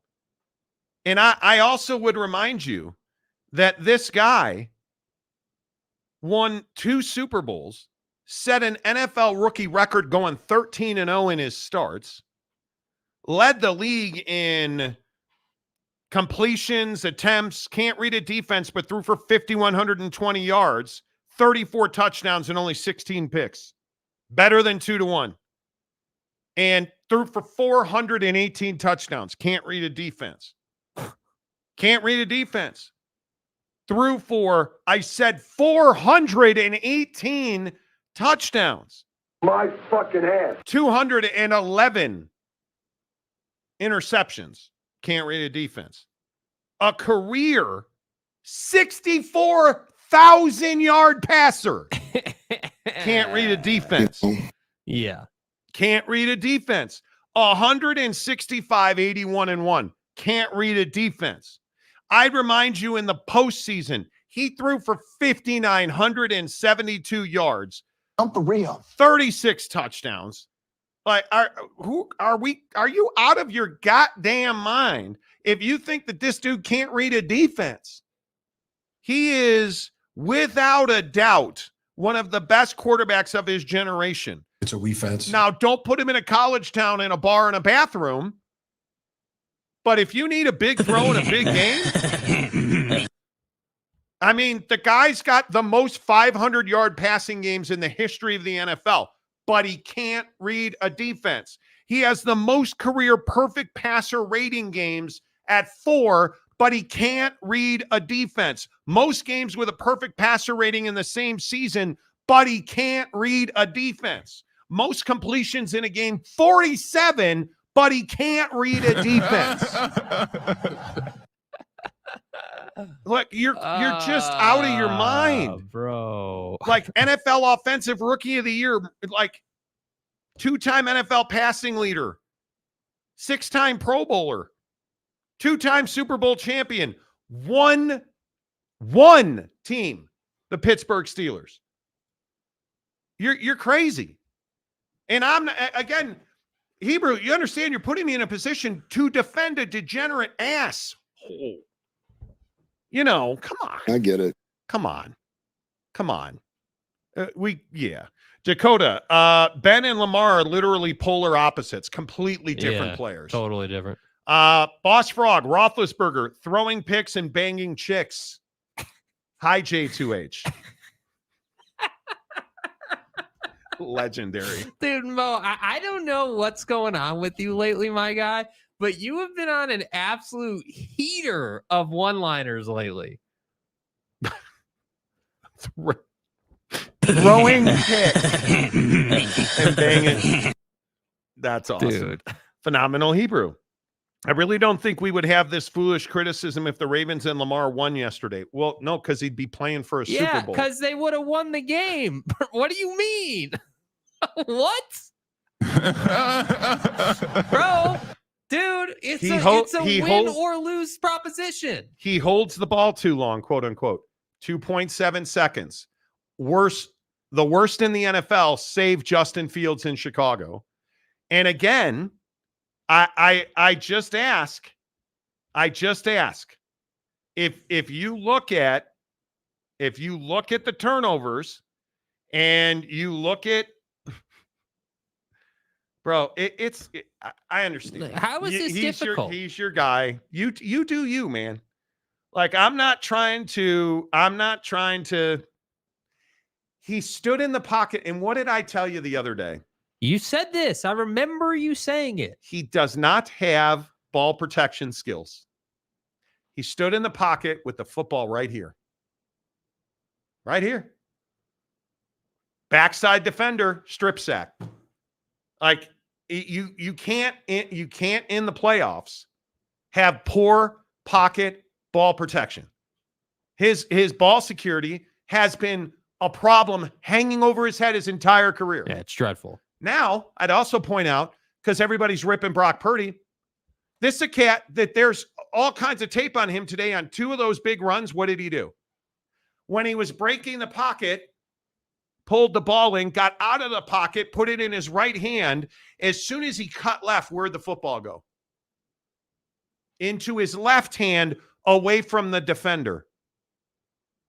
And why is that? Because he's in a good system with an elite quarterback coach that is drilling into his brain ball protection, ball security, ball protection, ball security. Who's saying that to Lamar, who owns the Baltimore Ravens now with this contract? Held out, like all of that. They caved. Couldn't trade him. They caved. Nobody. Like, you can die on this hill. Because it's not easy. Listen, you're in an indefensible position, my guy. Like, and I'm fine with it. Sean Rollins gifted 5 Monty Show memberships. Let's go, baby. Let's go, Sean Rollins. Appreciate you. It's amazing. All right, let's see. What do you mean? One more thing. What do you mean we wouldn't be criticizing Lamar this way if they had won the game? Obviously not, dude. They would have won the game at that point. Like what kind of statement is that? That's what I'm trying to wrap my head around today, with people being like, well, if they would have kicked the field goal, maybe they'd have won the game. Yeah, dude, we wouldn't be ripping Dan Campbell if he'd have made the right decisions. Like, that's how it goes, dude. Yeah. You want to leave the ball hanging out, the backside guy's going to strip that, and you're going to lose the game. It's a make or miss league in that sense. You win or you lose. You lost. It is. Tom Dean, teams who passed on Mahomes in 2017, the Browns and the Bears. It's not too, like, do you think that bothers me? I don't give it. The Bears are, how many times do I have to sit on this show and say the Bears are one of the worst organizations in football? Because it's garbage. We routinely make bad decisions on quarter. We're not going to trade Justin Fields, and we're not going to draft Caleb Williams. And you know what could be worst case scenario? We don't trade Justin Fields and we draft Caleb Williams. Who'd be surprised by that? Nobody. And then you're going to probably sit Caleb Williams. Like, what are we doing? It's amazing. Capazzo, Monty, did you just say Lamar holds the ball too long? Is that a bad thing? Right? You know. Fight on. Ben could have been an asshole off the field, but the guy always shows up prepared, ready to compete, and more than often you would win the game because of him, not in spite of him. Yes. Nobody respects Ben Roethlisberger, the human being, but it's awfully difficult to sit here and say he couldn't read a defense. That's wild, Hebrew. Mike Smith, LMAO, James Oak State Sports Fan Stadium Guru. Oh God, what did he say? James, Monty is bashing someone else today. Yay. Hi, this is James. Welcome back. Yay. Wasikowski, what's the beef with Big Ben? I don't know. I have no idea. Hellabilly, Ravens would have won if they have Flacco. Exactly. They wouldn't have, you know. The eye patch. Then Lamar QB coach can't break bad habits. I would agree. Yeah, totally agree. But again, what did we hear last year? Lamar doesn't listen to quarterback coaches. Lamar works on his own with his guy. Now, this offseason, he clearly came back to camp a better, more ready quarterback. But clearly, that's the work that you have to do it more. You know, Tom, as I said previously, Bill Polian was right about Lamar. And it's the same thing I'll say about a guy like Anthony Richardson. Any quarterback that is run first, who's an athlete, it's Taysom Hill. Yeah. Why is Taysom Hill not a starting quarterback in the NFL? Because he's not a gifted thrower. Facts. He's not. He's a gifted athlete. Yes, as is Lamar. Now, Lamar's growing, but it's been a war of attrition with him. He's getting better. He's becoming a more ready, able quarterback. The guy is struggling to understand, and you can really see it pre-snap. And Spags, I thought, did a great job yesterday with the Chiefs, disguising where the blitz was coming from, disguising the twists on the inside. And you know the other thing that was amazing?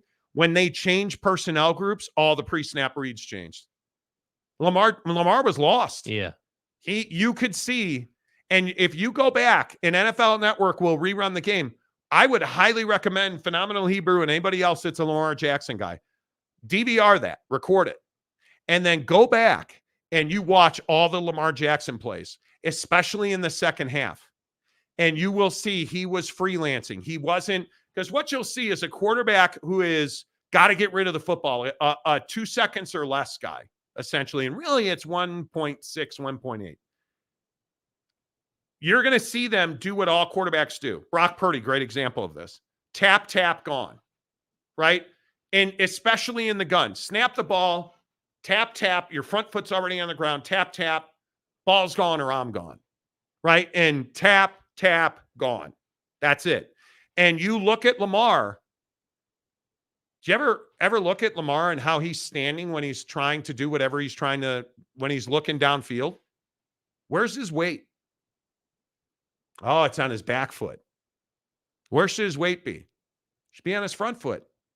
He's a step and throw quarterback, which is a huge problem. Why is that a huge problem? Because it's an extra 0.2, 0.3 of a second. Because he's got to shift his weight forward, and then the arm comes up. Whereas you watch, who's a gifted thrower? Tua Tagovailoa. You watch Tua. What does Tua do? Tua is always on his front foot. And that ball's already cocked and ready to go. Yeah. So he doesn't have to rock forward and then the arm gets in motion. He's on his front foot, so there's no rocking forward, and the ball just comes out. Now, why is that? He has one of the best quarterback coaches in Mike McDaniels. He has one of the best quarterback guys there, one of the best offensive guys there, and he's got 4 coaches strictly dedicated to that quarterback development, as the best quarterback organizations in football do. Lamar's under a defensive guy. Yeah. And I look at Buffalo. Why is Josh Allen struggling? You fired Ken Dorsey, and you've got an interim guy there, and you've got a defensive head coach. Yeah. Okay. It's not rocket science. Why are the Rams better? How did the Rams make the playoffs? Somehow, some way. How did they take the Detroit Lions to the wire in Detroit? Well, because you continue to evolve that staff. And not only do you have a really good head coach, a really good coordinator across the board. Raheem Morris just got a job, but you've got a really good offensive staff. And then who do you have as a consultant? Cliff Kingsbury, whose only job is to make sure that the top 3 quarterbacks on that roster are prepared and ready. And they were prepared and ready. Like it's dedication.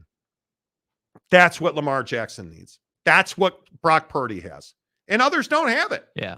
And we can sit here and we can talk around it, and we can sit here and we can pretend, but it's teams like the Houston Texans. Bobby Slowick. You think CJ Stroud did that on his own? No. Because you have a defensive coordinator as your head coach. That defense was really good. But you have one of the gurus, Bobby Slowick, fully focused. His only job is to develop CJ Stroud, who had a great year. What about the other guy, Bryce Young? Who's Bryce Young's head coach? Who's Bryce Young? Like, it's unbelievable. Trevor Lawrence. How did he do under Purban Liar? Not well. How's he doing under Doug EP? Much better. That's a quarterback guy. That's an offensive guy. That's a development guy. Yep. Much better. All of a sudden, Jacksonville's competent. Yep. Like I can go down the list, man. There are very, very few examples. Very few. And even if you want to go back to Ben Roethlisberger, right? Mr. Bathroom Bar with a college girl, that's a guy who a lot of his success was his physical ability to do one thing. Ask Phenomenal Hebrew. Stand in the pocket, hold the football until his slower Hines Ward receiver was able to get open. And how many times did we see Ben Roethlisberger do two things? Hang on to the football, throw it with a guy draped on him, and then limp off the field injured. Constantly. Yeah.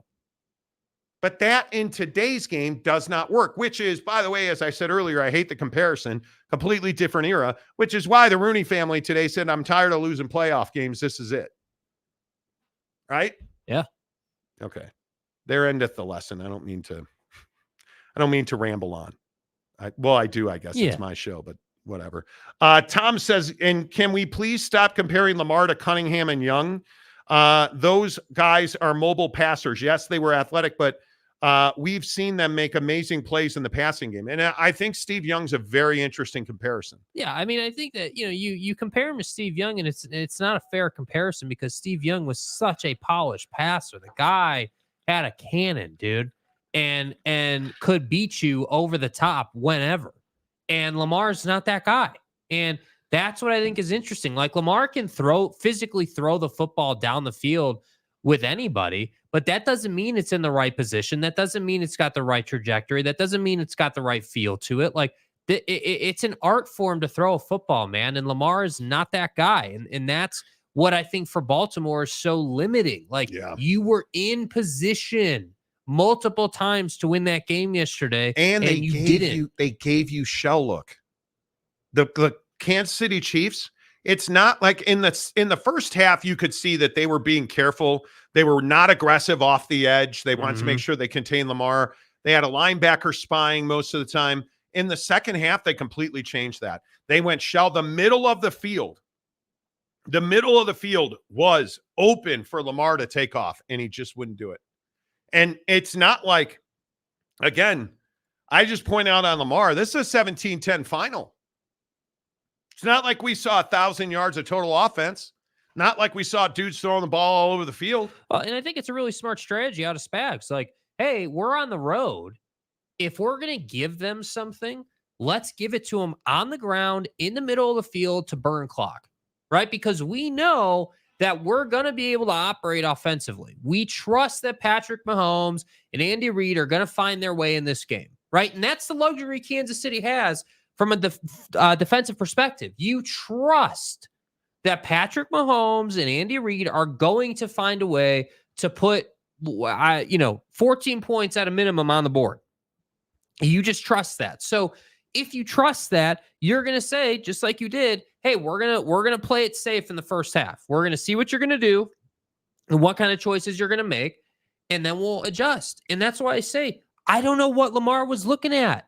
There's no other conclusion besides, hey, they told him not to run. They told him to stand there, which is exactly what he did. Well, and I don't know what you say to Todd Monken or T. Martin, who's the quarterback coach in Baltimore, but it's got to be frustrating because you can't tell, especially a guy like T. Martin. He's not telling him, stay in the pocket. Don't you dare run.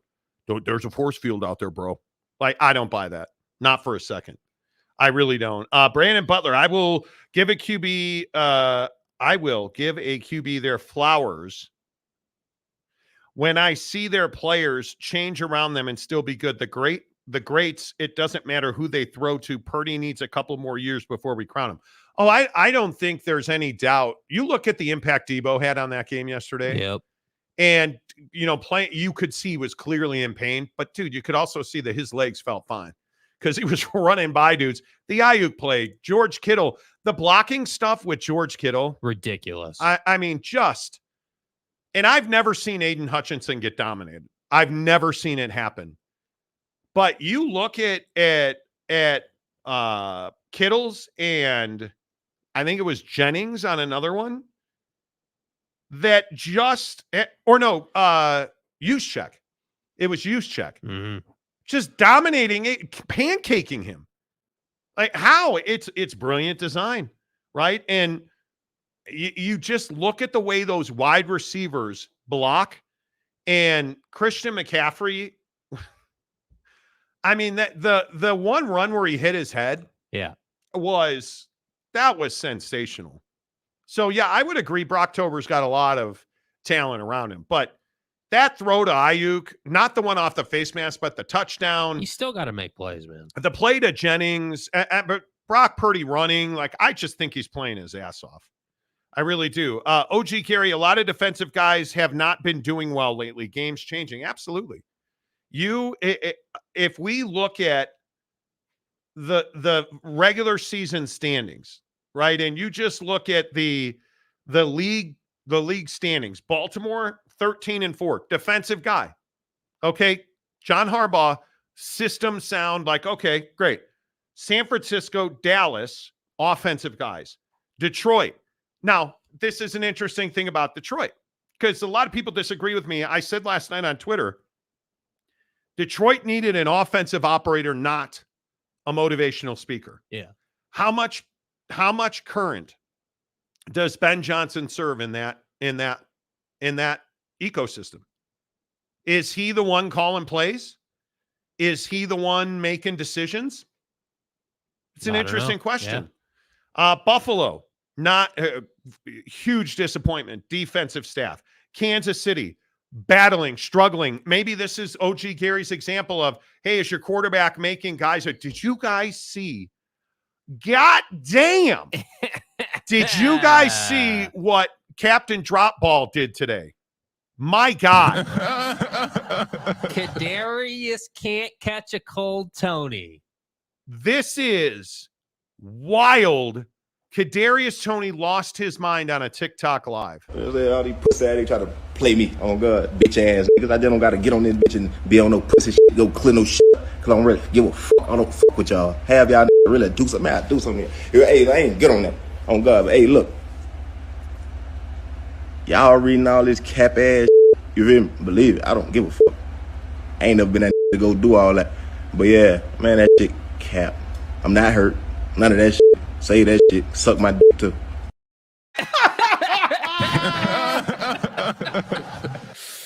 Okay, first of all, you guys say I curse a lot. Bro. Kadarius seems upset. Y'all reading all this cap ass shit. And my hood too. Bro, you can't catch a football and you wonder why they're not making you active. Well, Andy Reid handled it perfectly today. He'll be back at practice. Oh, you know what? Some guys are, He'll be back at practice this week. The locker room's going to adjudicate that thing. But are you kidding me? Bro, that's one of the most iconic, I'm pissed off, this is ridiculous rants that Are I've you heard, kidding dude. me right like, now? literally. Come on, man. Come on. All right, hit the like button. Are we ready to give away another $100 Amazon gift card? Yeah. Well, I want to try. There's 193 people. We've had 1,500 people watch a show today. We have 111 like. What do you want? You want to get to 150? 150. Yeah. 150. Okay. Make it attainable. It's only 40 likes, dude. It's not a lot. Okay. If you guys, it tells us who likes and when they like. If you're unliking right now, okay, we need 39 likes in the next 2 minutes. If we get to 150 likes, Let's go. We'll give away a $50 Amazon gift card. Y'all reading all this cap ass shit. Now, if you really want to get wild, if we get to 175 likes, we'll give away a $100 Amazon gift card. I'm ready to go here. I'm ready. All we need to do by 35 past the hour, 2.5 minutes, hit the like button right now. One person who hits the like button and is subscribed to the channel will give you either 150 or a $50 or a $100 Amazon gift card, depending on how far we get. If we get to 150, all we need right now is 28 more likes. Get it done. And we'll give away a $50 Amazon gift card. So just saying, show me your lightning bolts, right? This Kadarius Toney thing is wild. What would you have done with him? Yeah, I mean, I think I certainly would have. I would have fined him. Certainly, I maybe would have issued a suspension for week 1 next year, maybe, or something. I mean, you obviously want him available on your roster just from a personnel standpoint, in case injuries pop up. So, yeah, I mean, that's probably what I would have done. But I agree. This is something the locker room should adjudicate, as they say. This is something that the locker room, should step in and handle because it is unprofessional. And I don't know what Kadarius Toney thinks he's entitled to or what he thinks he deserves, but you've dropped one too many passes and lined up in the neutral zone offsides one too many times to be trusted in a road game in Baltimore. And to me, I think it's the right decision, but I understand why Kadarius is, I guess, upset. You want to play. Well, if you want to play, catch the football and line up on sides. I know that's a novel concept. I know that's rocket science. So that's what I would have done with him. Probably would have fined him. Probably would have talked to offensive leaders, and that'd have been it. I think it's interesting that I think it's very interesting that a guy like Kadarius Toney, and you can be the most narcissistic MFer on the planet. You can't tell me you feel like you've been a solid contributor to this offense this year. You have a problem catching the football. You need time on the jugs machine, not on TikTok Live, not on Instagram Live. Like it is absolutely wild to me. Yeah, that Kadarius Toney did this. And I think the other big question, Tom Brady versus Greg Olsen. Who do you want on the biggest game on Fox next year? I think Greg Olsen is the best. I think he's now past Tony Romo. Mm-hmm. I think Greg Olsen is just the best color analyst in football right now. I really enjoy his work. I don't know what Tom Brady is going to be as a color guy. I want Greg Olsen on the biggest game. And I think Tom Brady, and I understand it's TB12 and he's the GOAT and everybody loves Tom, and Greg Olsen's earned the job. And he should be on the biggest game, in my opinion. Yeah, yesterday was the first time where I missed Joe Buck and Troy Aikman. I'll say it. I missed them on the biggest Fox game of the week. Absolutely, I missed them. In meaningful moments. Absolutely missed them. But in lieu of that, yeah, I think that Greg Olsen does a great job. I think obviously he skews younger, which is really nice. Good football knowledge, understands the business, understands when to talk and not talk. Like, yeah, I think he does a great job. And as far as Tom is concerned, like, I don't think we should just assume that Tom Brady is going to be good at being a color analyst. Like, yeah, it's Tom Brady, obviously unlimited football knowledge, but there's more to being a color analyst than just having knowledge of the game. And I think that's what people don't quite understand. So I don't know what you do with Greg Olsen. I mean, obviously you made your choice and Tom Brady's going to be in there, but obviously Greg should, still have a major role at the network. And I don't know what that looks like for him yet, but I would guess they would find a way. Yeah, that's tough. I think that Tom Brady's a big name, and I think they believe that that's going to bring them huge viewership. But I think obviously huge viewership's not a problem. I mean, you look at these numbers right here. Fox got 56,691,000 viewers on the NFC Championship game, up 19% over last year's game, up 7% over last year's AFC Championship game, which aired in the same window. You had a peak projection of 58,967,000. I mean, it's unbelievable, these numbers. The fourth most watched non-Super Bowl telecast in network history. Yeah. So you have huge moments. And then you have a guy like Jim Nantz who can't call an NFL game anymore. Jim Nantz, and I love what the guy's done. He's phenomenal on golf, but he even struggles on golf. It's just too fast for him. And I think Jim Nantz hurts Tony Romo because I think Tony does a nice job if he's got a sharp, succinct, pitcher to lob him fastballs. Yeah, I mean, you need someone to give you some runway, something to work with, and that's why I'm saying, like, I don't think that again, that being a color analyst is not necessarily easy. It's the ability to understand, okay, I've got it's a feel like it's understanding, okay, hey, I have time to use the screen and I can draw the arrows and break down a play, or maybe I don't, or like, dude, I'm telling you, Tom is not just going to step into that thing and be amazing. There's going to be totally agree. Like, I look at what Amazon Prime went through with Kirk Herbstreit, and there was some uncomfortableness there. There was some, hey, like, we got to figure out how to work together. We got to, and I expect some of that with Tom. But yeah, guys like Jim Nantz are wonderful to listen to. Jim Nantz's voice is the sole reason he's still working, because he does make mistakes, but there's nobody else I'd rather have, narrating the Masters while Tiger's trying to make a comeback than Jim Nantz, dude. Yeah. Like, it just is what it is. Yeah. And Giggity, that's a great question. Olsen or Romo? I really, and maybe I'm making an excuse, I don't know. I really feel like Jim Nantz hurts Tony Romo. Yeah, he doesn't allow, he limits Tony's ability because he doesn't give him a lot of places to go. Tony has to simultaneously create commentary and be the color guy at the same time in certain situations. Well, having been a broadcaster, I can tell you your play-by-play guy needs to see things you don't see. It is one of the things that I think a lot of people don't understand is in a network booth like that, you have personnel who are only there to watch the game and point things out.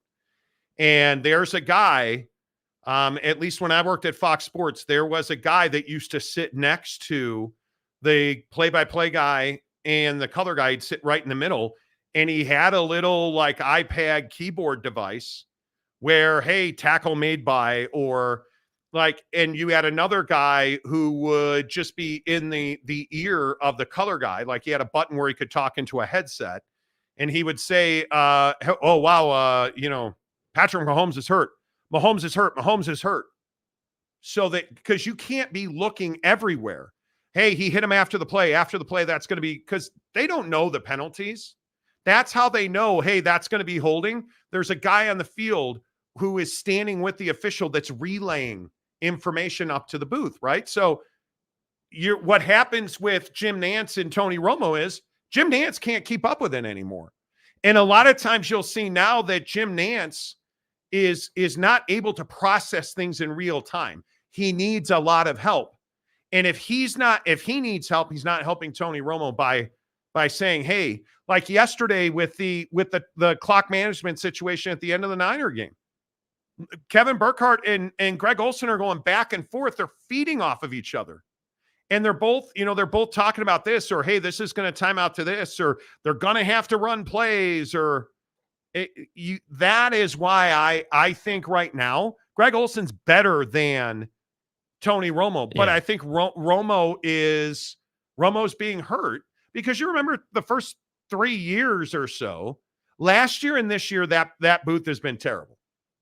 But before that, when Jim Nantz still had his fastball, hey, Tony Romo was great. Yeah. But Tony needs a good play-by-play guy. We're finding that out because Tony's a little eccentric. Yeah. Greg Olson is a football player. He is an X and O, entertaining, because he understands the subtle nuances of the game. That breakdown of George Kittle's blocking last night in the third quarter, I think it was remarkable.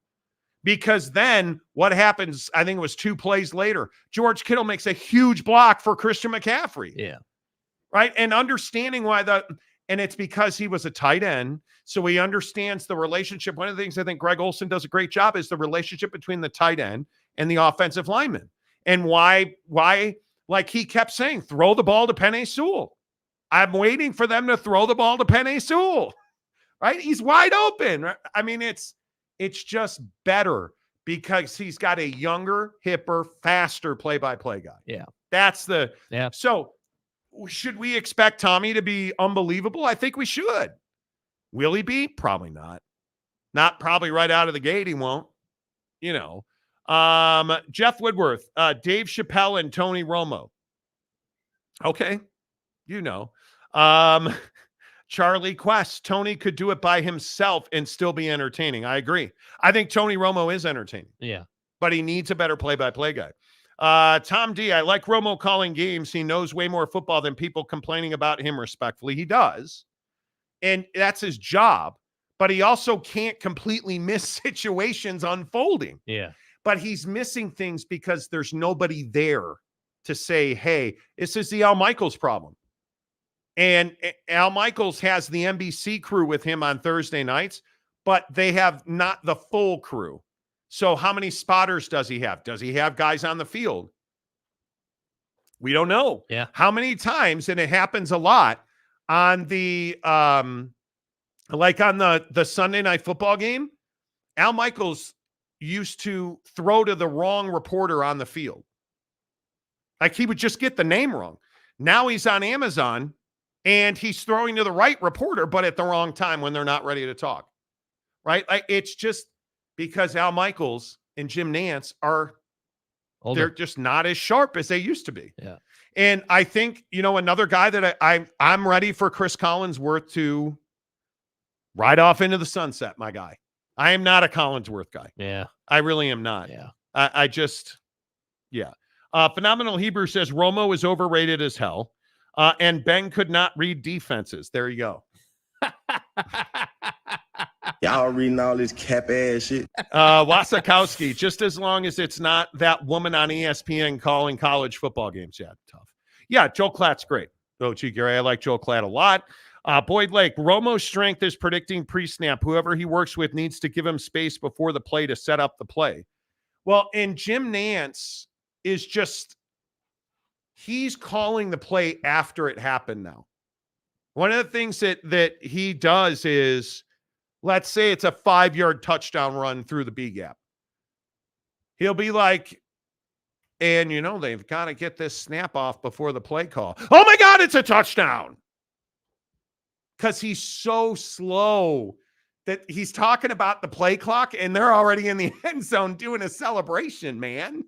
He is a huge problem, I think. Yeah. I think he's a huge problem. Woodworth, what is the hardest sport to do play-by-play for? Hockey. By far. I think by far hockey. I think the easiest is probably baseball. I think the NFL and the NBA are incredibly fast-paced, and you have to be able to keep up.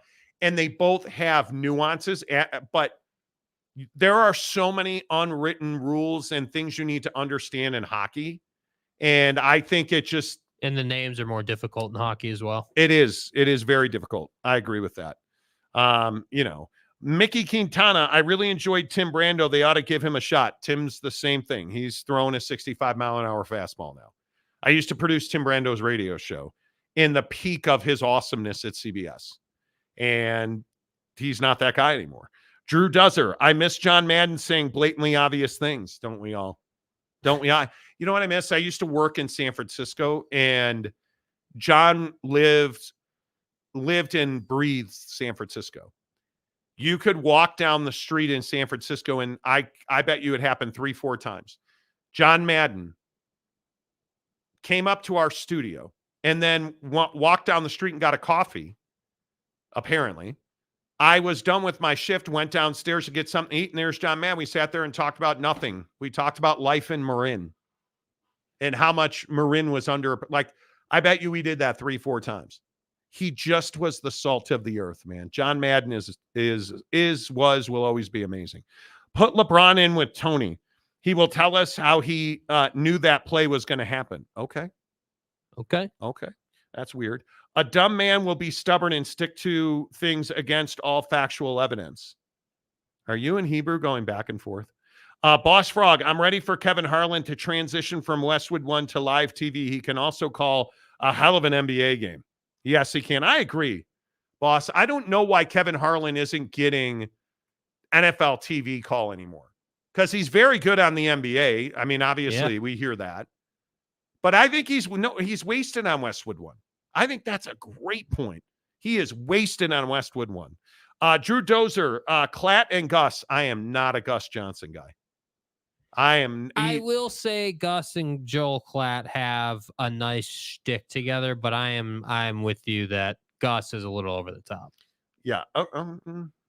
Yeah. All right. By the way, no, we did not get to the likes. Everybody's asking if we're giving away. No. It's sad. We're at 129 likes. Dude, it's like, dude, we're handing this to you on a silver platter, bro. Hey, man. I'm just saying, if you haven't hit the like button, do it. Boyd Lake, Aikman is who I struggle listening to these days. Oh, I think Buck and Aikman do a great job. Yeah. I really like what do you not like about those two? Troy V, we're missing the greats. Who can forget the great Pat Summerall when he said something happened? Well, Pat in his prime. Oh my God. Dick Stockton calling Lakers Celtic games in his prime in the 80s. My God. Come on. Brad Nessler is pretty solid in the booth too. Yeah, I agree with that. I would agree, Brad Nessler. Pat Summerall, Cosell, and Jimmy the Greek. Oh man, Jimmy the Greek. What a downfall that was. Oh. Jeff Woodworth, I miss Madden doing a 3-minute telestration on how they set up the Gatorade table. Those were the days. The chicken wings, the turkey wings. Local Buckeye radio announcer Paul Keels. Yeah, some of the homers are too much for me. They're just too much. Yeah. Jeff Woodworth, I haven't watched much soccer on television, but I would think the crowd noise would be fine filler in place of no action to call. At least that's how baseball feels to me. Here's the thing. English football is very enjoyable to listen to. The problem is that the greats only generally work the biggest games. MLS is paint drying. Yeah. It's not. Yeah. That's what would be tough. Brutal. Boyd, Nance wants to talk all about the pre-snap motion, and they need to let the former player who can predict where the play is going and what the defense is trying to do. I totally agree. Fat Jesus. Jim Nance is approaching an Al Michaels level of being past his prime. Right on, bro. Truth. Gary Wolf, if only Dandy Don was still alive, turn out the light. The party's over. You don't even know what that's from, do you? No. He doesn't know who Dandy Don was. Drew Dozer talked about tough actin' Tenactin. Boom. Yeah, giggity. Boom. Tough actin' Tenactin. Kevin Harlan for sure. I agree. I totally agree. Mike Smith, sad music for the perpetual futility of getting the like button total to achieve a free Amazon gift card. I'm saying. You got to be better, dude. You guys have to be better. I mean, I want to give you Amazon cash. Like, we've been trying. We have been. Dude, I crushed some pork for lunch today. Thought you didn't eat pork. I changed it up and I got a pork. Got a little pork this week. I had ground turkey missed one. I have trouble knowing. Hey, look at the highlight package of Lamar Jackson bouncing balls and missing wide receivers who are wide open. Ball knocked down. Like you guys, and Phenomenal Hebrew, I'm not picking on you specifically. I'm telling you that Lamar, like the interception in the end zone into triple coverage with a fourth guy underneath. A fourth guy underneath. He threw the ball in the triple coverage with a fourth guy underneath. And it was late and it was short. And what did Ryan Clark, I think it was today, say? If you're going to throw that ball in the triple coverage, you better throw it through the back of the end zone, because that's the only place that you're going to complete the pass, because it's not getting completed. And I look at the way even the way that Jared Goff missed his throws, right? Like he's hitting the frame of the wide receiver. Tough catch, sure. Lamar Jackson is getting balls knocked down, not even putting them on frame. Yeah. And then the interception in the end zone was, you got to live to fight another day on that, right? Like you got to live to fight another day on that. Yep. Drew Dozer, holy Buckeye. Okay. Whoop, whoop. 2010 touchdown. Okay. Exactly right.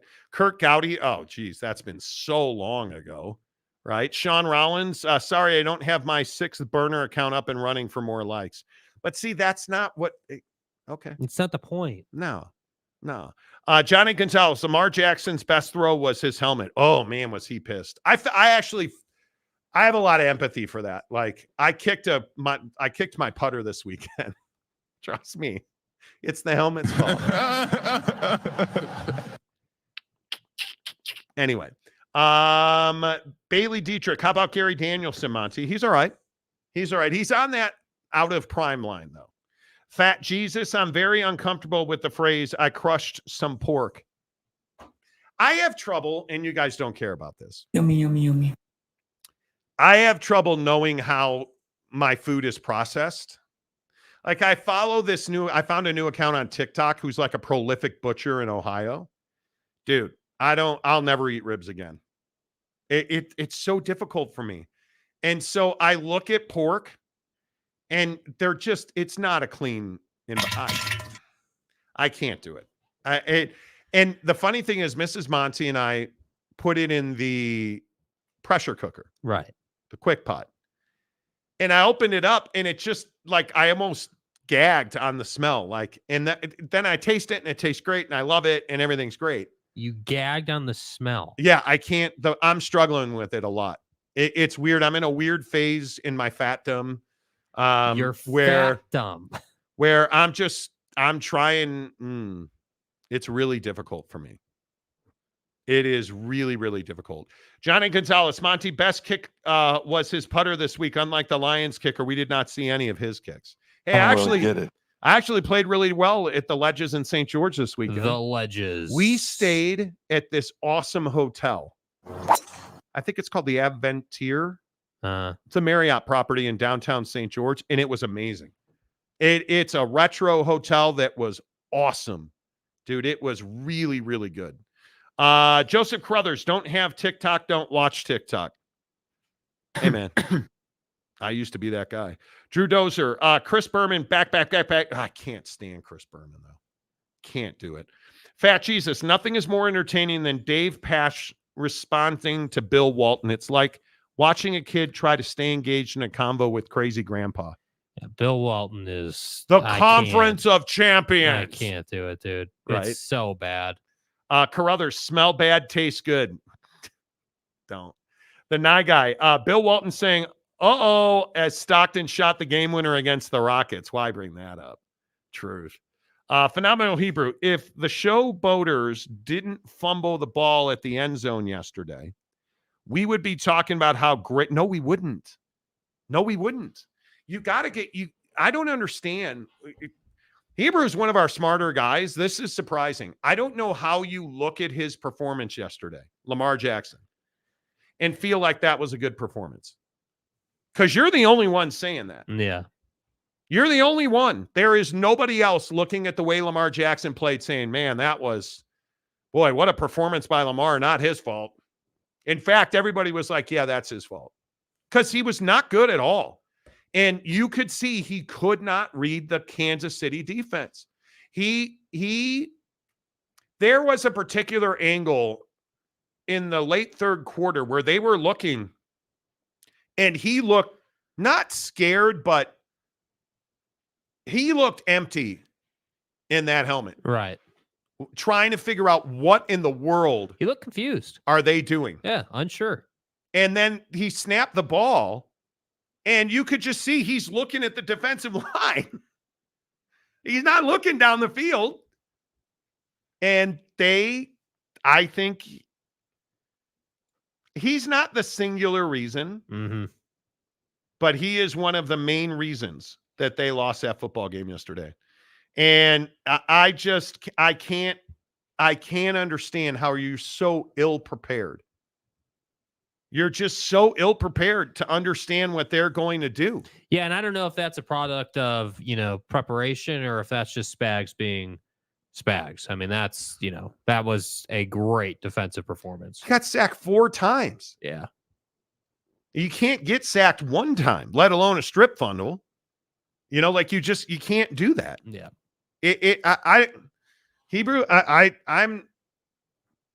I'm not saying you're wrong. I just wholeheartedly disagree with you on it. I think Lamar is somebody that's got a lot of he's got a lot of development he needs to do mentally, because the guy you can't stand there in the AFC Championship game and look frozen. Mm-hmm. And how do you sack Lamar Jackson 1 time, let alone 4 for 17 yards and a fumble? I mean, that should pretty much tell you all you need to know. Yeah, no idea. No idea. It's wild. Fat Jesus, they would have been saying that Baltimore survived a poor performance by Jackson. I would agree with that. I would agree. Mike Smith, hot dog water with mustard. Duh. Oh, dude. Isn't it like 3 shows in a row where hot dog waters made the show? It's glizzy water, please. Jeff Woodworth, Wooderice. Carruthers, you can't say definitively the Ravens would have won if the game if they didn't fumble at the end zone. No, because that would have just tied the game. You'd have been 17-17 proverbially. Yeah. But it is. OG Gary says Wooder. Phenomenal Hebrew. I don't think it was a great performance at all, and neither by the coaches, but your criticism is out of whack. Okay. That's cool. Wasikowski, I'm taking the loss in San Francisco better than Jock Sniffer Hebrew. Wow. Jock Sniffer Hebrew. Jesus. I think next year Detroit will be back and learn. I think you're going to have to significantly change the coaching staff. Yeah. I think you'll be lucky to get past the wild card round. I think you're going to be lucky to make the playoffs. Yeah. Because if you look at the division, I mean, who's not, but outside of the Bears, the Vikings are going to be better. The Packers are going to be better because Jordan Love's going to be a year better. And I mean, I have to think Detroit's probably second, but the NFC is going to be significantly. I mean, the 49ers aren't going to fall off much. No. The Rams will be better. No. I mean, I just think it's going to be tough to make the playoffs there. I think it's going to be very tough because I think the Packers are going to win that division. I don't know how they don't. And I think you are going to get your coaching staff is going to get ravaged. Yeah, that's why I think you're going to struggle because the coaching staff, they're going to have huge turnover. You need to hire an assistant head coach, offensive coordinator who has complete and total control. They need a Josh McDaniel. They need a guru. They need to go the way of Ryan Day and hire a big time offensive guy. Yeah. And the biggest one that you can get your hands on, because that it is, in my opinion, Ben Johnson ought to take the Washington job because he should bear some of that responsibility if Dan Campbell gave him input. But if you're Dan Campbell, you need to give up offensive responsibility because you're just not. Him. Why did they stop running the ball? No idea. You were dominating. Yeah, I mean, you were.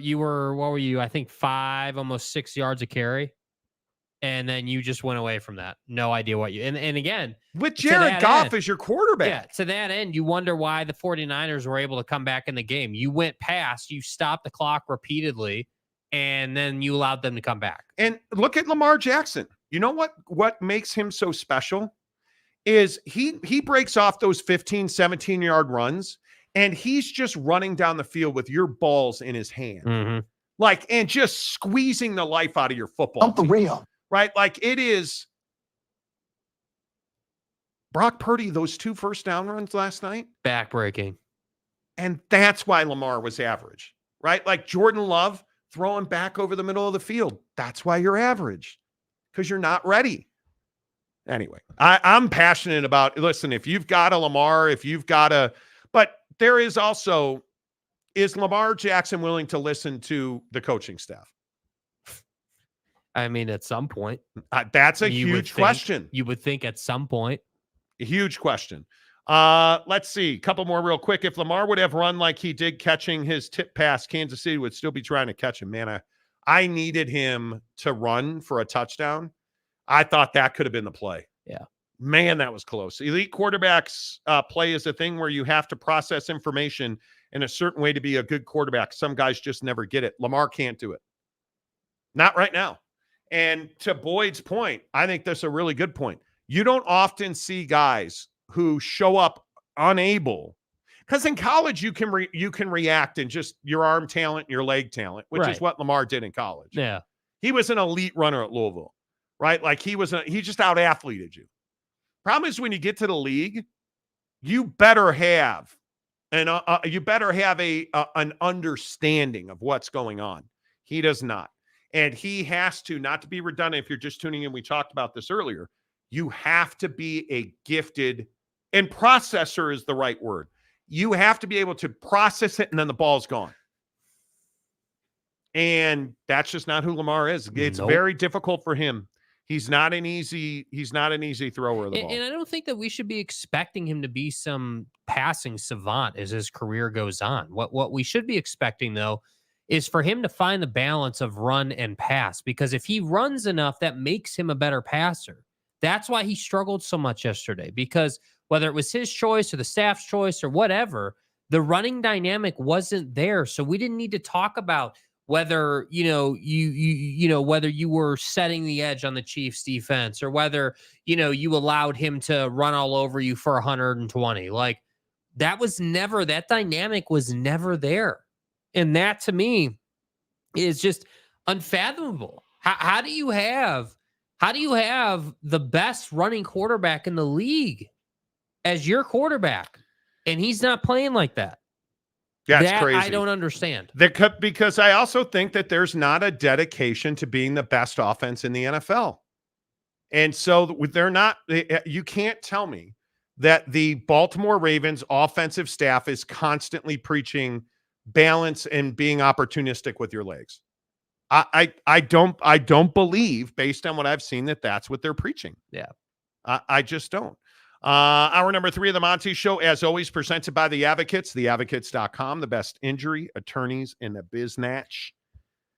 Whew, you guys, get to theadvocates.com, because you can always talk to an attorney 24/7, 365, no matter where you are. So if you got hurt at work, if you are somebody that hurt your back, hurt your ankle, I always go back to the story I've heard, firsthand, which is, hey, I had one of the forks on a forklift go right through my ankle, right? Like, what do? You need an attorney. Oh, but my boss said he's going to take care of it. Maybe he is. The advocates will tell you if they're doing it right, because they're not trying to persuade people. What they're trying to do is educate people about what's right and what's wrong and what you need to do. Because trust me when I say, when you get hurt at work, A plus B equals success. Yes. And if you don't know the A and the B, if you can't, navigate that minefield, you're going to lose money. You might not get your job back. You might not be able to pay your bills. Then what? Who takes care of your family? Because your company's not worried about your family. They're worried about their family. That's why you need the advocates, where you never pay a penny out of pocket. And you could talk to an attorney live online right now for free at theadvocates.com. All right. Time to make an announcement about the show. We've been telling you that next Monday we are going to roll out our morning show here on the Monty Show. Well, some things changed over the last 10 days. And so the only show we're going to be doing now is going to be our morning show, 6 to 9 Mountain Time. So 5 to 8 Pacific Time, 7 to 10 Eastern is when we will be on full time. It's obviously, if you're a long time on the show, you know that that's where we used to be. but without divulging too many details, we have had a pretty phenomenal professional opportunity come our way that is going to necessitate us doing mornings once again. Things change quickly, man. Yes, they do. And sometimes, in our business, you get a lot of phone calls.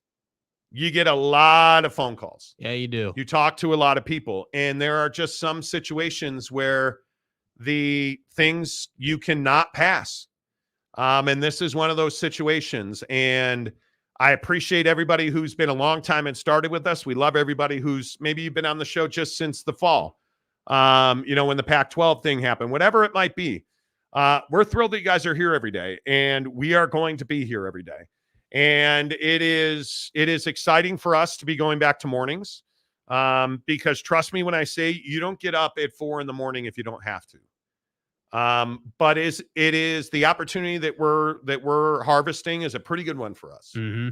So I'm actually really excited about it. It is game-changing, life-changing for us. So I'm looking forward to it. Yeah, I mean it's going to be a lot of fun, and I think that for the Utah contingent of the show, there will be obviously we'll be mixing that in. We've had a lot of feedback from you guys. That you want some more. You want more Jazz. You want some more BYU. I hear Utah, every day we need more NBA. We need more NBA. Why aren't we talking NBA? So there will be a lot more balance on the morning show for sure. Obviously, football season's coming to an end. Of course, yeah, but yeah, I mean, I think it is going to be a lot of fun. I mean, the morning show we had a lot of fun times in the morning, no doubt about it. Yeah, it's early. It is early, yeah. It's early, so we'll see. I mean, it's one of those things, that I'm really super stoked for it. Lopes fan Gabe, a long time. Just remember that salary is the drug they give you to make you forget your dreams. Don't forget the dreams, boy. No, I agree with that.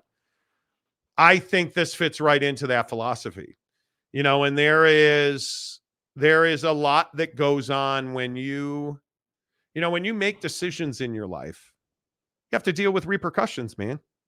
You make the best decisions that you can make, and then you deal with the good and the bad, because no decision ever goes perfectly and smoothly, right? Right. They don't. But I think on this show, we're adults, and we talk all the time about, everything that you want in this life is hiding on the other side of the shit you're not willing to do. Mm-hmm. We're willing to do it. We're willing to do it. Has to be done. And I think that is one of those things where you have to recognize the opportunity that's being presented to you. And I think this one is a pretty good opportunity, man. Yeah. If it does it ever become public? I don't know. Does it ever become fully vetted? I don't know. But I think you have to jump at it. Yeah. When you see it, when you work hard, yeah. Teddy Wayman. Sup, guys? I came along with Monty in the morning in the basement. That's how the show has grown immensely. Congratulations. Thank you. Appreciate you, Teddy. Teddy, good to see you. That's awesome. I'll be able to watch a show more often in the morning. Yes. And Teddy, we're going to have some more work for you as well. Part of Mrs. Monty and I so we went down to St. George Golf this weekend, and one of the things we did is during the 3-hour drive, we were talking about goals.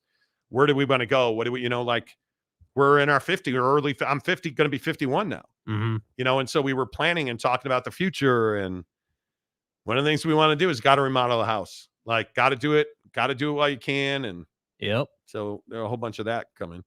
Mickey Quintana, what time will that be in Arizona? See what he did there. That's like a running joke on the show. Like, what time is it in Arizona? Oh, gee, Gary, we don't need any more NBA. The league isn't fun anymore. Oh, come on. Really? Stop. I love the NBA. The league isn't fun anymore? I like the cycle of it. Like, I'm a huge fan of the Houston Rockets right now. I love the fact that the Houston Rockets are coming along.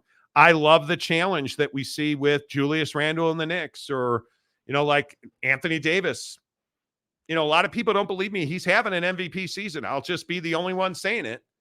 He's having an MVP season. When Joel Embiid goes down and doesn't qualify, Anthony Davis's name better be in that conversation. Yeah. Like, I love talking NBA. Yeah. I do. Fat Jesus. Monty got a call for evening OnlyFans show. Well, OnlyFans is an absolute revenue opportunity. Is it possible that they could ride the D? Phenomenal Hebrew. Damn, Monty sold out for the money. Well, hey, you know It what? was at this moment that he knew he fucked up. I'm not going to make a Lamar. No, I'm not doing it. Jeff Montgomery, can we do it Alaska or Arizona morning time? You're going back to Yelp. Maybe. Who knows? Giggity, the OGs will be back. I hope so. 100%. Carruthers, is the morning show still going to be national coverage? Yes, of course. Of course. Yeah. Yes, absolutely. There will be a balance for sure. Fat Jesus says, now I'm going to start being late for work again. Damn right you are, dude. We all make choices. You choices. better be there every day. I expect it. Wasikowski, morning and night show for those of us on the East Coast? No chance. No chance. I need sleep. You know, OG Gary, back in my day, the league played defense. You know, they play defense now. You know, Mike Smith, you are in business to make money. Yes, you are. And this is a money generating opportunity. Yes.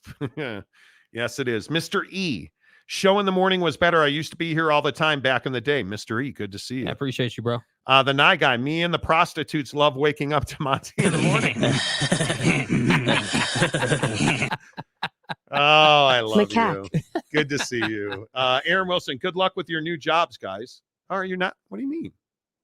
You going to watch the show? You ain't going to hang out anymore or what? Yeah, what's that about, bro? The hell? Brandon Butler, the Utah OGs just asking for some live a couple hours a week. Well, and that was the plan, but a new opportunity was presented. So, you know, things change. Hey, man, you work hard and you make breaks for yourself. This show's a part of that. 12 hours a day for 5 years in a row. Get that done. Let's see. Boss Frog had to pull over. Shit, man. That means I can't listen to the showgram live. Best part of my day is listening to the showgram when I'm winding the day down or driving home. Congrats. Thank you. Well, I hope. Hey, you can still run it back in the morning, bro. Yeah, come on. Yeah, come on, dude. Giggity, time to put the Monty Show out to bring back the mayor, Chris Carnes, and all the others. Yes. Where's the mayor of Monty? You know what? He's in the gym. Is he? My man looks good. What do you bet? Kicked our ass in golf over the summer too. I don't know about that, but yeah, I can't wait. I'm really excited. Honest to God. Yeah. So there you have it. Jeff Woodworth, the last person who listened to the show at 7 a.m. got banned for life. You can't lose your mind. No, man. No comment. No comment, bro. All right. Can we talk about giving our money away, please? Prize Picks, the official daily fantasy partner of the Monty Show. Prizepicks.com. Use the promo code Monty. I have titled my Prize Picks today, Cap Ass Prize Picks. Y'all reading all this cap ass shit. In honest of Kadarius can't catch a cold, Tony. My cap ass Prize Picks. Devin Booker, who, by the way, no cap, Devin Booker is the best offensive player in the league for the last 10 days. Mm-hmm. He has been on fire. Offensive player of the week. I need him to put up 41 points, rebounds, and assists combined against the Miami Heat. You see that I have bam Adebayo and Kevin Durant. Also the Heat, obviously. Did you guys notice? Look at the start times. Devin Booker, 5:40. Bam Adebayo and Kevin Durant, 5:30. Did they trade my guy Book? 43.5 points combined between Adebayo and Kevin Durant. Yeah. And then my man, one of my least favorite players in the world, Russ. 16.5 points in rebounds. He should be able to do that. Mm-hmm. He should be able to do that. Yeah. Speaking of cap ass money, how about Jake on his Prize Picks? Yeah. You go ahead. You go through them. Go through them. Are you saying you need contacts need to get upgraded? Bro, go through them, bro. Devin Booker and Karl Anthony Towns, 53.5 points did you combined. Not take that. Well, because you can only play Devin Booker one time. Oh, right. So my cap ass picks have Devin Booker with 40.5 points. All this cap ass shit. Points, rebounds, and assists. Kadarius, if this is cap ass, I'm going to come stay with you because I'll be homeless. Jake's got Book and Cat at 53.5. Larry Markkanen, as the road trip continues here in 15 minutes, 4.5. Made 3 points. Bro, how many times? And LaMelo Ball for 38. Less. Points, rebounds, and assists less against the New York Knickerbockers. Yeah. You're always on the wrong play with Laurie Markkanen. I know. Markkanen. Download the Prize Picks app after you hit the like button. Brandon Butler. Guys, Salty started something and unfortunately crossed some lines. My God. No comment. No comment. That's right. That's right. Mickey Quintana, Bighorn, and La Quinta is unreal. Okay. Hey, guys. James, Oak State, Ollie Gordon fan club president. Morning show only. I do all my work in the morning, so I can't be at my computer in the afternoon. We'll have to change my schedule. We appreciate it. Yay! Mike Smith.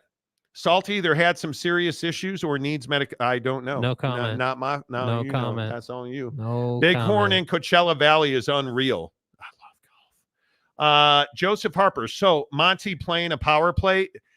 That was the other cap ass part of this. That Y'all reading all this cap ass shit. Dude, what happened, bro? I done beeped up. Bro, like, come on, dude. It was at this moment that he knew. Yeah. He fucked up. Yeah, I made a mistake. I didn't click flex play, and you know what it was? I'll be honest with you. It was me being like, I'm dominating. Devin Booker's a pimp. I'm gonna have sex on a bed of hundies. It's easy hindsight. And then you hit go. And then you're looking to screen grab your Prize Picks, and you're like, oh man. I get it. I ain't winning nothing. Because on a power play, you have to hit all three to cash. On a flex play, such as in like, you can win 2 of 3 and still win money. It's not the best situation, and we all know that. Cap ass Prize Picks. Brutal today. Brutal. Yeah. OG Gary, you're running a parlay. Monty putting it on the table. Oh, I'll put it on the table. Teddy Wayman, surprised none of you took Sexton points. And I looked at it. But Sexton the other day cost me a win. Yeah. He had like that 11-point game, Teddy. Dud of a game. So I passed on it. Yeah. And Jake went with Laurie McKinnon. You know. So, yeah. It's not good. Capazzo. Bro. I'll be here for both morning and afternoon shows. I love hearing Monty rants about his mess ups while gambling. Thank you. I also, oh man, what is the name of that Italian joint? Capazzo, you got to go to the Italian restaurant in St. George. Where's the Italian? All my Jeezy peeps. You have to go. Oh, please let me have it in here. You have to go. I can't remember the name of it. Dadgummit. What's the name of that Italian place in St. George? Italian restaurant. Google St. George. It is Italian food. It is the best, dude. It is so good. God dog it. I can't remember the name of it. Nonaitas. Nonas. Thank you, Mrs. Monty. Yes. Yeah, it is so good. Nona's, and it is, I'm telling you, Mrs. Monty and I, we made it. She did. My wife is Nonna Ina Italian cuisine. Where's the Italian? In St. George, Utah. Nonnaina, and it is phenomenal. It's old world Italian, old world recipes. Like it is fantastic, you guys. If you're in St. George, stop by Nonna Ina's. And Mrs. Monty, Nora's in Las Vegas. Yeah. If you're in Las Vegas, you got to go to Nora's. So good. Aaron Wilson, why are you being difficult? We've asked and answered. It's the same show. It's just at a different time, but we will talk more Jazz. We will talk a lot of Big 12. We will talk a lot of NBA, a lot of NFL. Come on, man. Capazzo, I've been there. That's the only place I've gotten steak there. You could cut with a fork. It is so good. Facts. Listen, you know, here's a little thing that I did. I'll pat myself on the back. It was prom in St. George this weekend. And sure, certainly raw dog. So what? Mrs. Monty and I, she took me golfing this weekend. So we went down. We were there one day. It's not like we were there all weekend. Went to the Ledges in St. George, played some golf, played really well, actually. I was pretty happy with it. And then we went to Nona Ina's. And there was a table of 4 high schoolers that were having prom. And they were asking the waitress, hey, how much is the bread? How much is the bread? Like, how much is the... And so I said, Mrs. Monty and I were like, why don't we buy their dinner? So we said to the waitress, hey, we're gonna buy their dinner and make sure they know that. And we said, don't tell them it's us, but just make sure they know it's comped so that they'll order dessert. And they'll order, if they want more bread, get more bread. Nobody cares. And it was just awesome to see them so innocently, without a care in the world, sitting there having dinner before they went to prom. And amazing. Now, Mrs. Monty ruined the night because she got pesto, which, pesto sucks. Dude, because it's garbage. Who gets pesto, man? And she got pesto gnocchi. And I'm just like, come on. Be better. Like, please tell me somebody did not bring it. Jeff, stop. It's funny. We joked about this. Olive Garden. I don't know how many people know this. Olive Garden's not Italian food. It's not that's not Italian. What is food. it? It's frozen food that's meant to be Italian. Okay. Like, their breadsticks are not made in house. Their soups are made in plastic bags. Their lasagna comes frozen in trays. Come on, be better. That's not Italian food. Quintana, thank God I'm self-employed. I can listen to you whenever the F I want. Exactly. Go, right. baby. Exactly right. Olive Garden is Fugazi. I said what I said. Exactly. Exactly right. Carruthers, Olive Garden's microwave food. It's not fucking real. Yeah. Right. Boss Frog, quality Italian on 57th Street, New York City. Best Italian on the planet. I will go there because I think we're going to New York this summer. Mike Smith, good Italian food where you get gravy with your pasta, not sauce. Exactly. Yeah. And this place won my heart because when I was a kid, my aunt used to put a grape on this lasagna she made. First time I went there, ordered lasagna, they had a grape on top of it. Owned. I'm telling you. Owned. Capazzo, you pay for it, but it's worth every penny you spend. By the way, you really don't check your LinkedIn account. No, I don't. I left you my number and you never called. I'm so sad now. Wow, Did bro. you really? Bet you weren't expecting this one. Dude, LinkedIn's become a dating site. I specifically do not check my messages because... You got to get an Instagram, Luis. Got to do it, bro. Louis. Sorry. I used to call him Luis every day. Louis, sorry. LinkedIn's become a dating site. Hi, how are you? I'm fine. Are you single? It drives me crazy. The Nye guy, pesto equals no sexo. Exactly. Ugh. Carruthers, pesto is good. Excuse me. It Waves wasn't in terrible. opposition. I'm not a pesto guy, but it was actually good. Mike, when you ask for gravy at Quality Italian, they know what you're asking for. Okay. Mike Phillips, Italian food is mid. Mike, I don't know that we can be friends. Yeah. That's a mid-ass take. I love Italian food. Yeah. How do you not like Italian? Like, how do you not like rigatoni? Dude, how do you not like lasagna? How do you not like limoncello? Yeah. How do you not like limoncello, dude? Bro. Come on. And Olive Garden was just thinking of being one of your sponsors. Yeah, probably not. Carrabos, Wasikowski says. Yeah, I wouldn't, Maury Alvarez for $2. Let's go, casuals. I spotted you 3 from the family. Yeah, talking about likes. 2,900 views and only 146 likes. That hurts. It hurt. It Jalen hurts. Yeah. Jalen Hurts. All right, couple more things before we get to non-sports stories. Real quick, early thoughts on the Super Bowl line. 1.5 for San Francisco, 47. Yeah, I think it's Pat and nobody else. I don't know if Casey Boss is here or not, but I'm taking Chiefs money line. Yeah, I mean, you have to. It's the Super Bowl, biggest game of the year. It's Patrick Mahomes. It's the Chiefs in a big game. You have to take them 100%. Yeah. 100%. Like, no question about it. Yeah. I agree with Boss. Carrabba's is, dude, it used to be really good. Mr. Preston, Italian food is bomb. Yes, it is. Yeah. Absolutely. Chicken parm. Chicken parm. Yeah. Why bring up chicken parm?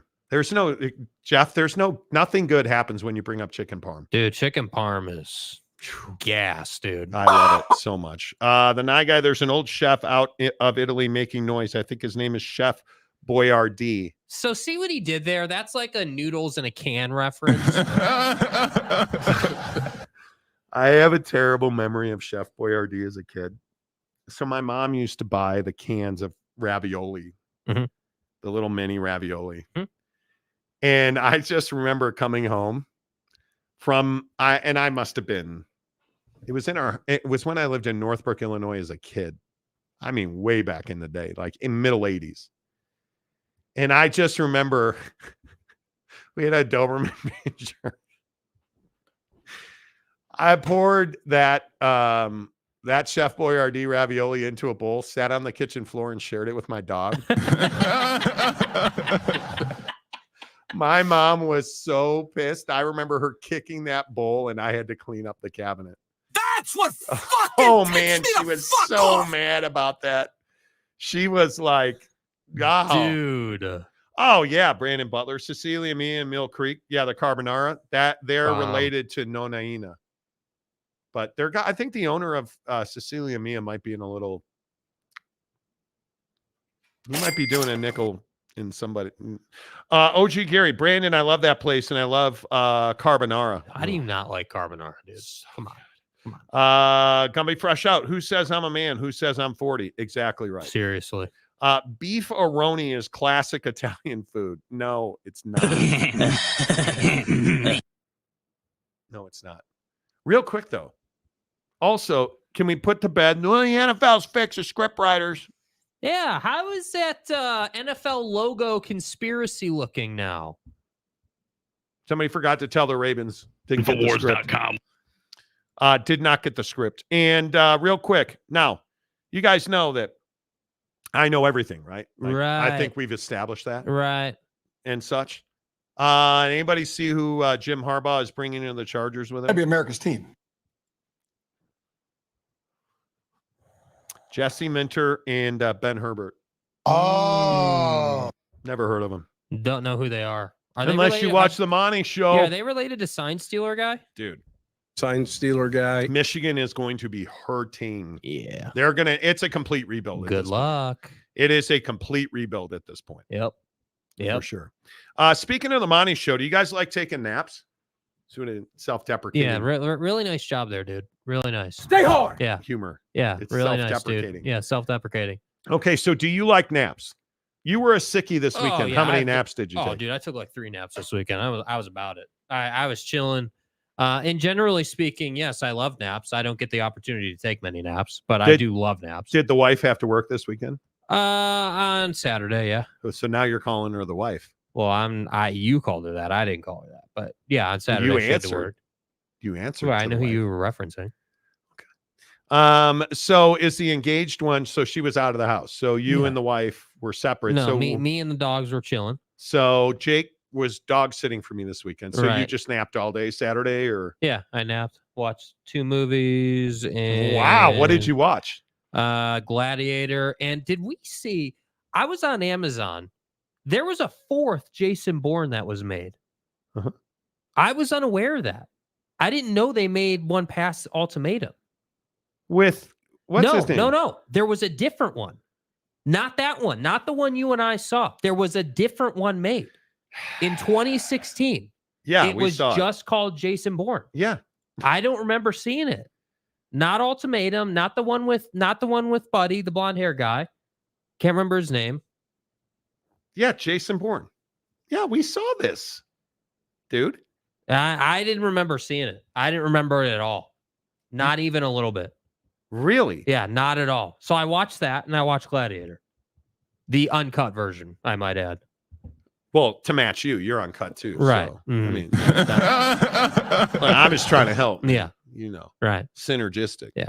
I love taking naps. There is some research now that says taking naps are actually very good for you, Jake. Yeah. So University of London or whatever it is over there put out a study whatever it is that says that taking a nap between 1 and 4 p.m.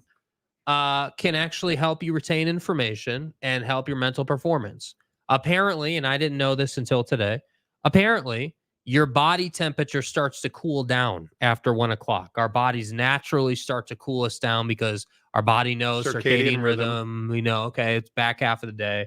So taking a nap, a 20-minute nap, they're very careful to say you have to limit it to 20 minutes because anything past that, you start getting into your deep sleep cycle, and that's not good for you. That'll mess up your circadian rhythm. But 20-minute or less is actually really good for you. And I was about this. Habitual napping, according to the BBC. Habitual napping. Hello. Habitual napping helps keep our brains bigger for longer and boosts overall health. Researchers analyzed data from 35,000 subjects aged 40 to 69 who had taken part in a study by UK Biobank, a biomedical data and research resource. The brains of people who napped several times a week were more than 15 cubic centimeters larger than the brains of those who did not have a daytime nap. The equivalent to delaying aging of the brain between 3 to 6 years. People who have similar brain volume are more likely to have higher levels of stress hormone cortisol or a diagnosis of sleep apnea. Anything you can do to preserve the size of your brain for as long as possible is a good thing, according to the study. It really is it's a really positive message that having a nap could help with the brain. Short naps lasting 5 to 15 minutes are optimal. Yeah. I'm here for it. Me too. I'll be honest with you. Me too. Now, I'm also here for working out on our lunchtime. Right? When we worked at the old Yelpatory, Jake and I did not take naps. We went and worked out on our lunch. So with this new schedule, I don't know if we'll have time for naps or workouts. I don't know. But I love a good nap. But I think you're right. You can't get into that sleep. No, you can't. That sleep drunk thing. You get into deep sleep in the middle of a nap, you're done for the rest of the day, dude. Jake was telling me, so you took NyQuil over the week. So I haven't been sick in a while, right? And I this is awesome. So I'm, like I was grinding the show out on Friday. Obviously, I was congested and still am slightly. Much better today than I was Friday. And, so I'm like, okay, all right, like got an, full NyQuil routine, you get the drill. Dude, I wake up Saturday morning and I am just like tossed, bro. Like I woke up. Yeah, bro, I woke up and it was one of those wake ups that like you wake up and I was just like, what time is it? Like no sense of time, no understanding of like really what day it was. I was just like, dude, like, is it time to be up or like, what am I doing here? So I have this dock, like the docks you can buy where you just set your phone on it and you can set your watch on. And I have this dock. So I roll over and I tap my phone and it's like 7:30. And I was like, dude, I was supposed to get up at 7 today. That was my plan. Up at 7. Like, we're going to go and do the dog sitting stuff. Like, okay, cool. So I'm like getting up and I'm just like, I can tell I'm just like slow. I'm like, dude, like what's going on? Like, cause usually when I get up, like I'm really sharp. Like I'll wake up and I'm good to go, feeling good. Not the case after I took NyQuil, dude. Not at all the case, not even a little bit. Wow. The Atlanta Falcons have announced the rest of their coaching staff. Oh, God. Are you surprised to hear that Jimmy Lake is the defensive coordinator of the Atlanta Falcons? A little bit. The former Washington head coach. I mean, disaster. Yeah, what's he been doing anyway? Collecting a paycheck, I think. Like he's just been chilling, hasn't he? Yeah. Right? Yeah. Collecting the paycheck on the buyout. Yep. Zach Robinson, the offensive coordinator, great hire. Jimmy Lake defense and Marquise Williams special teams. Pretty interesting. Yeah. Jimmy Lake gets a job in the NFL after being a complete and utter disaster. Oh, he's being a coordinator, so that's a step down technically. Ron Nolan, 1 cubic centimeter is about the size of a chocolate chip. Yeah. Okay. I take a nap every day. Did research paper on it in college. My man, Fat Jesus, way to go. Yeah, and they're saying that's why more and more athletes they're building in naps to athletes' day now. Oh, and they have been for years. Having covered the NHL and The National Football League does it. The NBA absolutely does it. 2:00 is the nap hour in the NBA. You do not call basketball players between 2 and 4 o'clock because they're sleeping. I think it's huge. I absolutely think it's huge. Yeah. Gumby fresh out. I nap after Olive Garden and dream about Ollie Gordon winning the Heisman. I've heard that. I've heard that. Robert Fowler, I love me some naps. Me too, bro. Gumby, I'm a habitual nap taker. I like it. Did you say habitual napping or bitch you napping? Exactly. That's exactly right. You know. Fat Jesus, I did a research paper in 89 about the importance of napping no more than 30 minutes. I'm with it. And you know, I'm really lucky because I wake up at 4:50 something every day. And I'm going to have to go back to cold showers in the morning, I think, because it made a huge difference. When I would take a cold shower, we were doing mornings before. Mm-hmm. I'd take a cold shower and it changed my life. Your vitality during the day and your ability to operate is just so much better. Yeah. And it starts with 60 seconds taking a 60-second cold shower in the morning. You work your way up to 5 minutes and it'll change your life, dude. You will just feel so much better. Yeah. So I'm glad to see, look at all our nappers. Yeah. Gumby says Swifties love them some Olive Garden. No, they don't. That's a lie. Swift broke the Bills and the Ravens. I believe that's true. Mickey Quintana, ice baths are the greatest. Been taking them since high school. I just don't have the facility to do it. But now my schedule's back to mornings. I think I'd probably have to do it. Yeah.